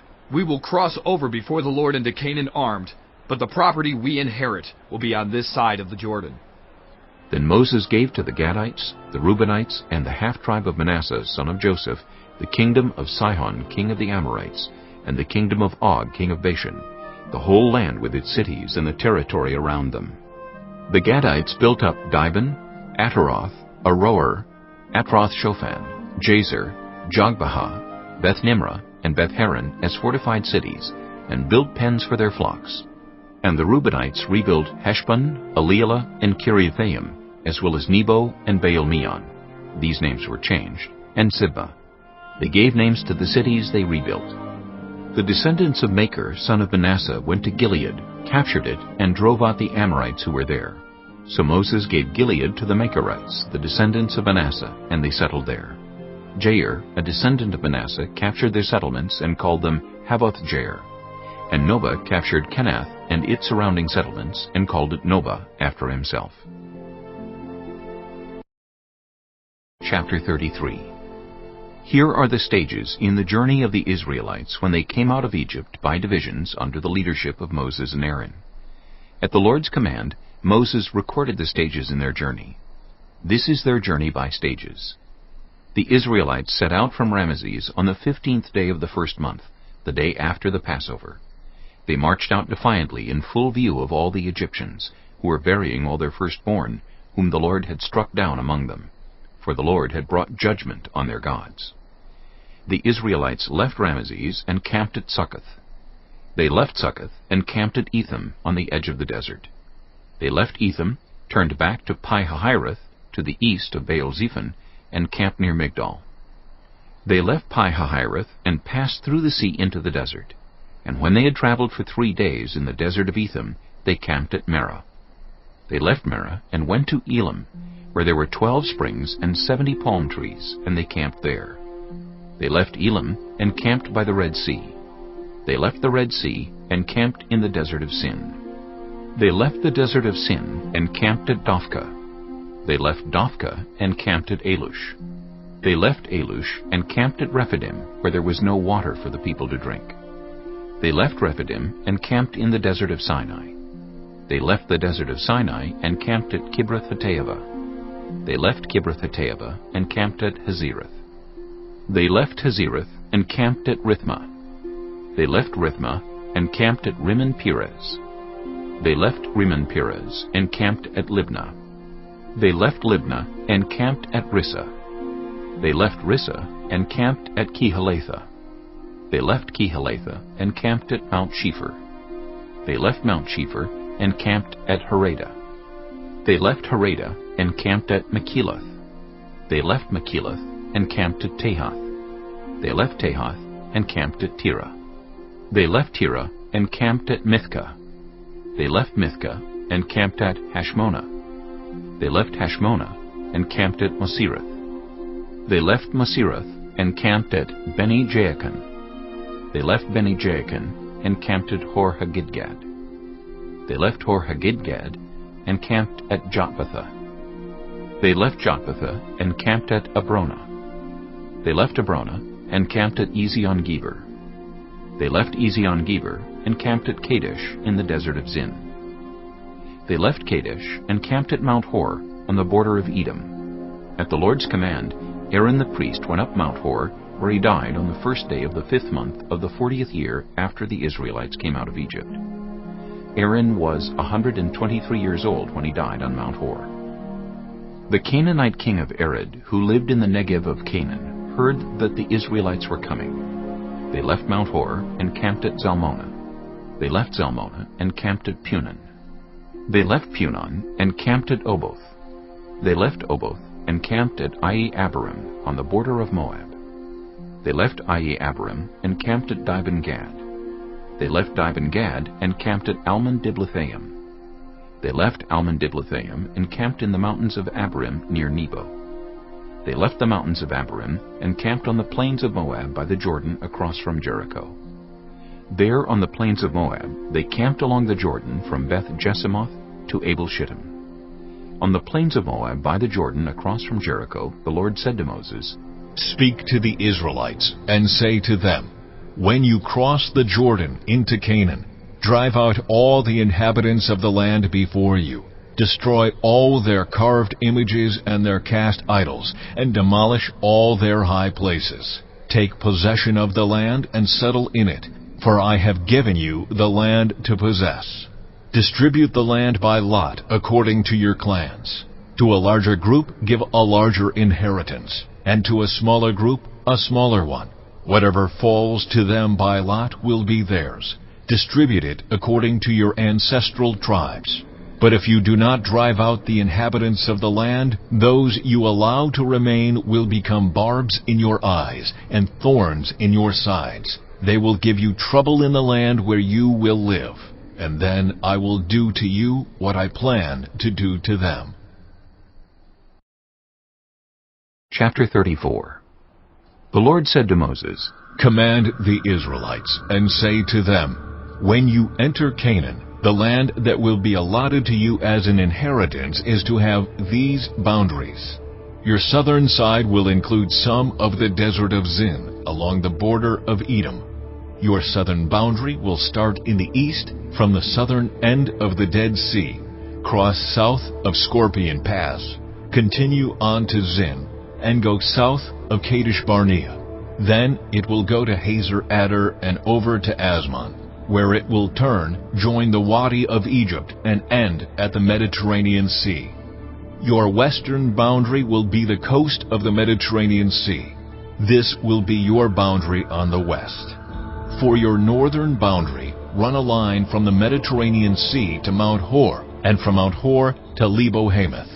Then the boundary will go to Zedad, continue to Ziphron, and end at Hazer Enan. This will be your boundary on the north. For your eastern boundary, run a line from Hazer Enan to Shepham. The boundary will go down from Shepham to Riblah on the east side of Ain and continue along the slopes east of the Sea of Galilee. Then the boundary will go down along the Jordan and end at the Dead Sea. This will be your land, with its boundaries on every side. Moses commanded the Israelites, Assign this land by lot as an inheritance. The Lord has ordered that it be given to the 9.5 tribes, because the families of the tribe of Reuben, the tribe of Gad, and the half-tribe of Manasseh have received their inheritance. These 2.5 tribes have received their inheritance east of the Jordan across from Jericho toward the sunrise. The Lord said to Moses, These are the names of the men who are to assign the land for you as an inheritance. Eleazar the priest and Joshua, son of Nun, and appoint one leader from each tribe to help assign the land.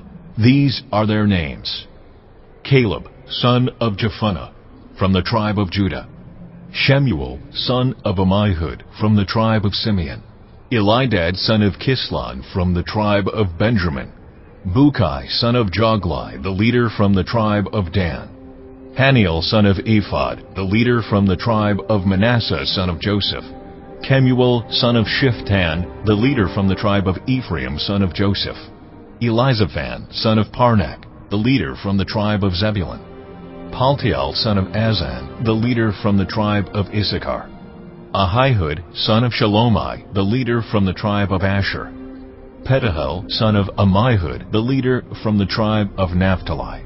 These are the men the Lord commanded to assign the inheritance to the Israelites in the land of Canaan. Chapter 35. On the plains of Moab by the Jordan across from Jericho, the Lord said to Moses, Command the Israelites to give the Levites towns to live in from the inheritance the Israelites will possess, and give them pasture lands around the towns. Then they will have towns to live in, and pasture lands for the cattle they own, and all their other animals. The pasture lands around the towns that you give the Levites will extend 1,000 cubits from the town wall.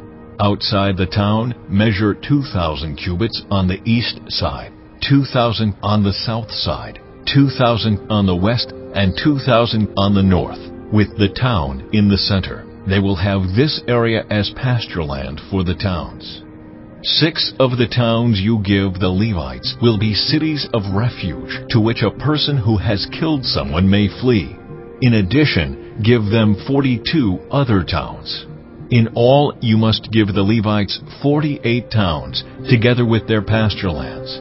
The towns you give the Levites from the land the Israelites possess are to be given in proportion to the inheritance of each tribe.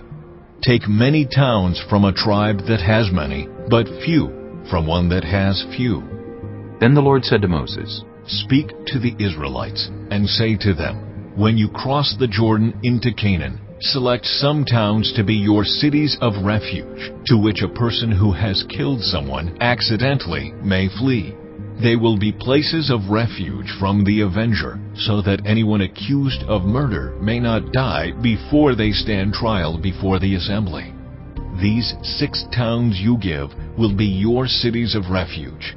Give 3 on this side of the Jordan and 3 in Canaan as cities of refuge. These 6 towns will be a place of refuge for Israelites and for foreigners residing among them, so that anyone who has killed another accidentally can flee there. If anyone strikes someone a fatal blow with an iron object, that person is a murderer. The murderer is to be put to death. Or if anyone is holding a stone and strikes someone a fatal blow with it, that person is a murderer. The murderer is to be put to death. Or if anyone is holding a wooden object and strikes someone a fatal blow with it, that person is a murderer. The murderer is to be put to death. The avenger of blood shall put the murderer to death. When the avenger comes upon the murderer, the avenger shall put the murderer to death. If anyone with malice aforethought shoves another, or throws something at them intentionally so that they die, or if out of enmity one person hits another with their fist so that the other dies, that person is to be put to death. That person is a murderer. The avenger of blood shall put the murderer to death when they meet. But if without enmity someone suddenly pushes another, or throws something at them unintentionally, or without seeing them drops on them a stone heavy enough to kill them, and they die, then since that other person was not an enemy, and no harm was intended, the assembly must judge between the accused and the avenger of blood according to these regulations. The assembly must protect the one accused of murder from the avenger of blood and send the accused back to the city of refuge to which they fled. The accused must stay there until the death of the high priest, who was anointed with the holy oil. But if the accused ever goes outside the limits of the city of refuge to which they fled, and the avenger of blood finds them outside the city, the avenger of blood may kill the accused without being guilty of murder. The accused must stay in the city of refuge until the death of the high priest. Only after the death of the high priest may they return to their own property. This is to have the force of law for you throughout the generations to come, wherever you live. Anyone who kills a person is to be put to death as a murderer only on the testimony of witnesses. But no one is to be put to death on the testimony of only one witness. Do not accept a ransom for the life of a murderer who deserves to die. They are to be put to death. Do not accept a ransom for anyone who has fled to a city of refuge, and so allow them to go back and live on their own land before the death of the high priest. Do not pollute the land where you are. Bloodshed pollutes the land. An atonement cannot be made for the land on which blood has been shed, except by the blood of the one who shed it. Do not defile the land where you live and where I dwell, for I, the Lord, dwell among the Israelites. Chapter 36.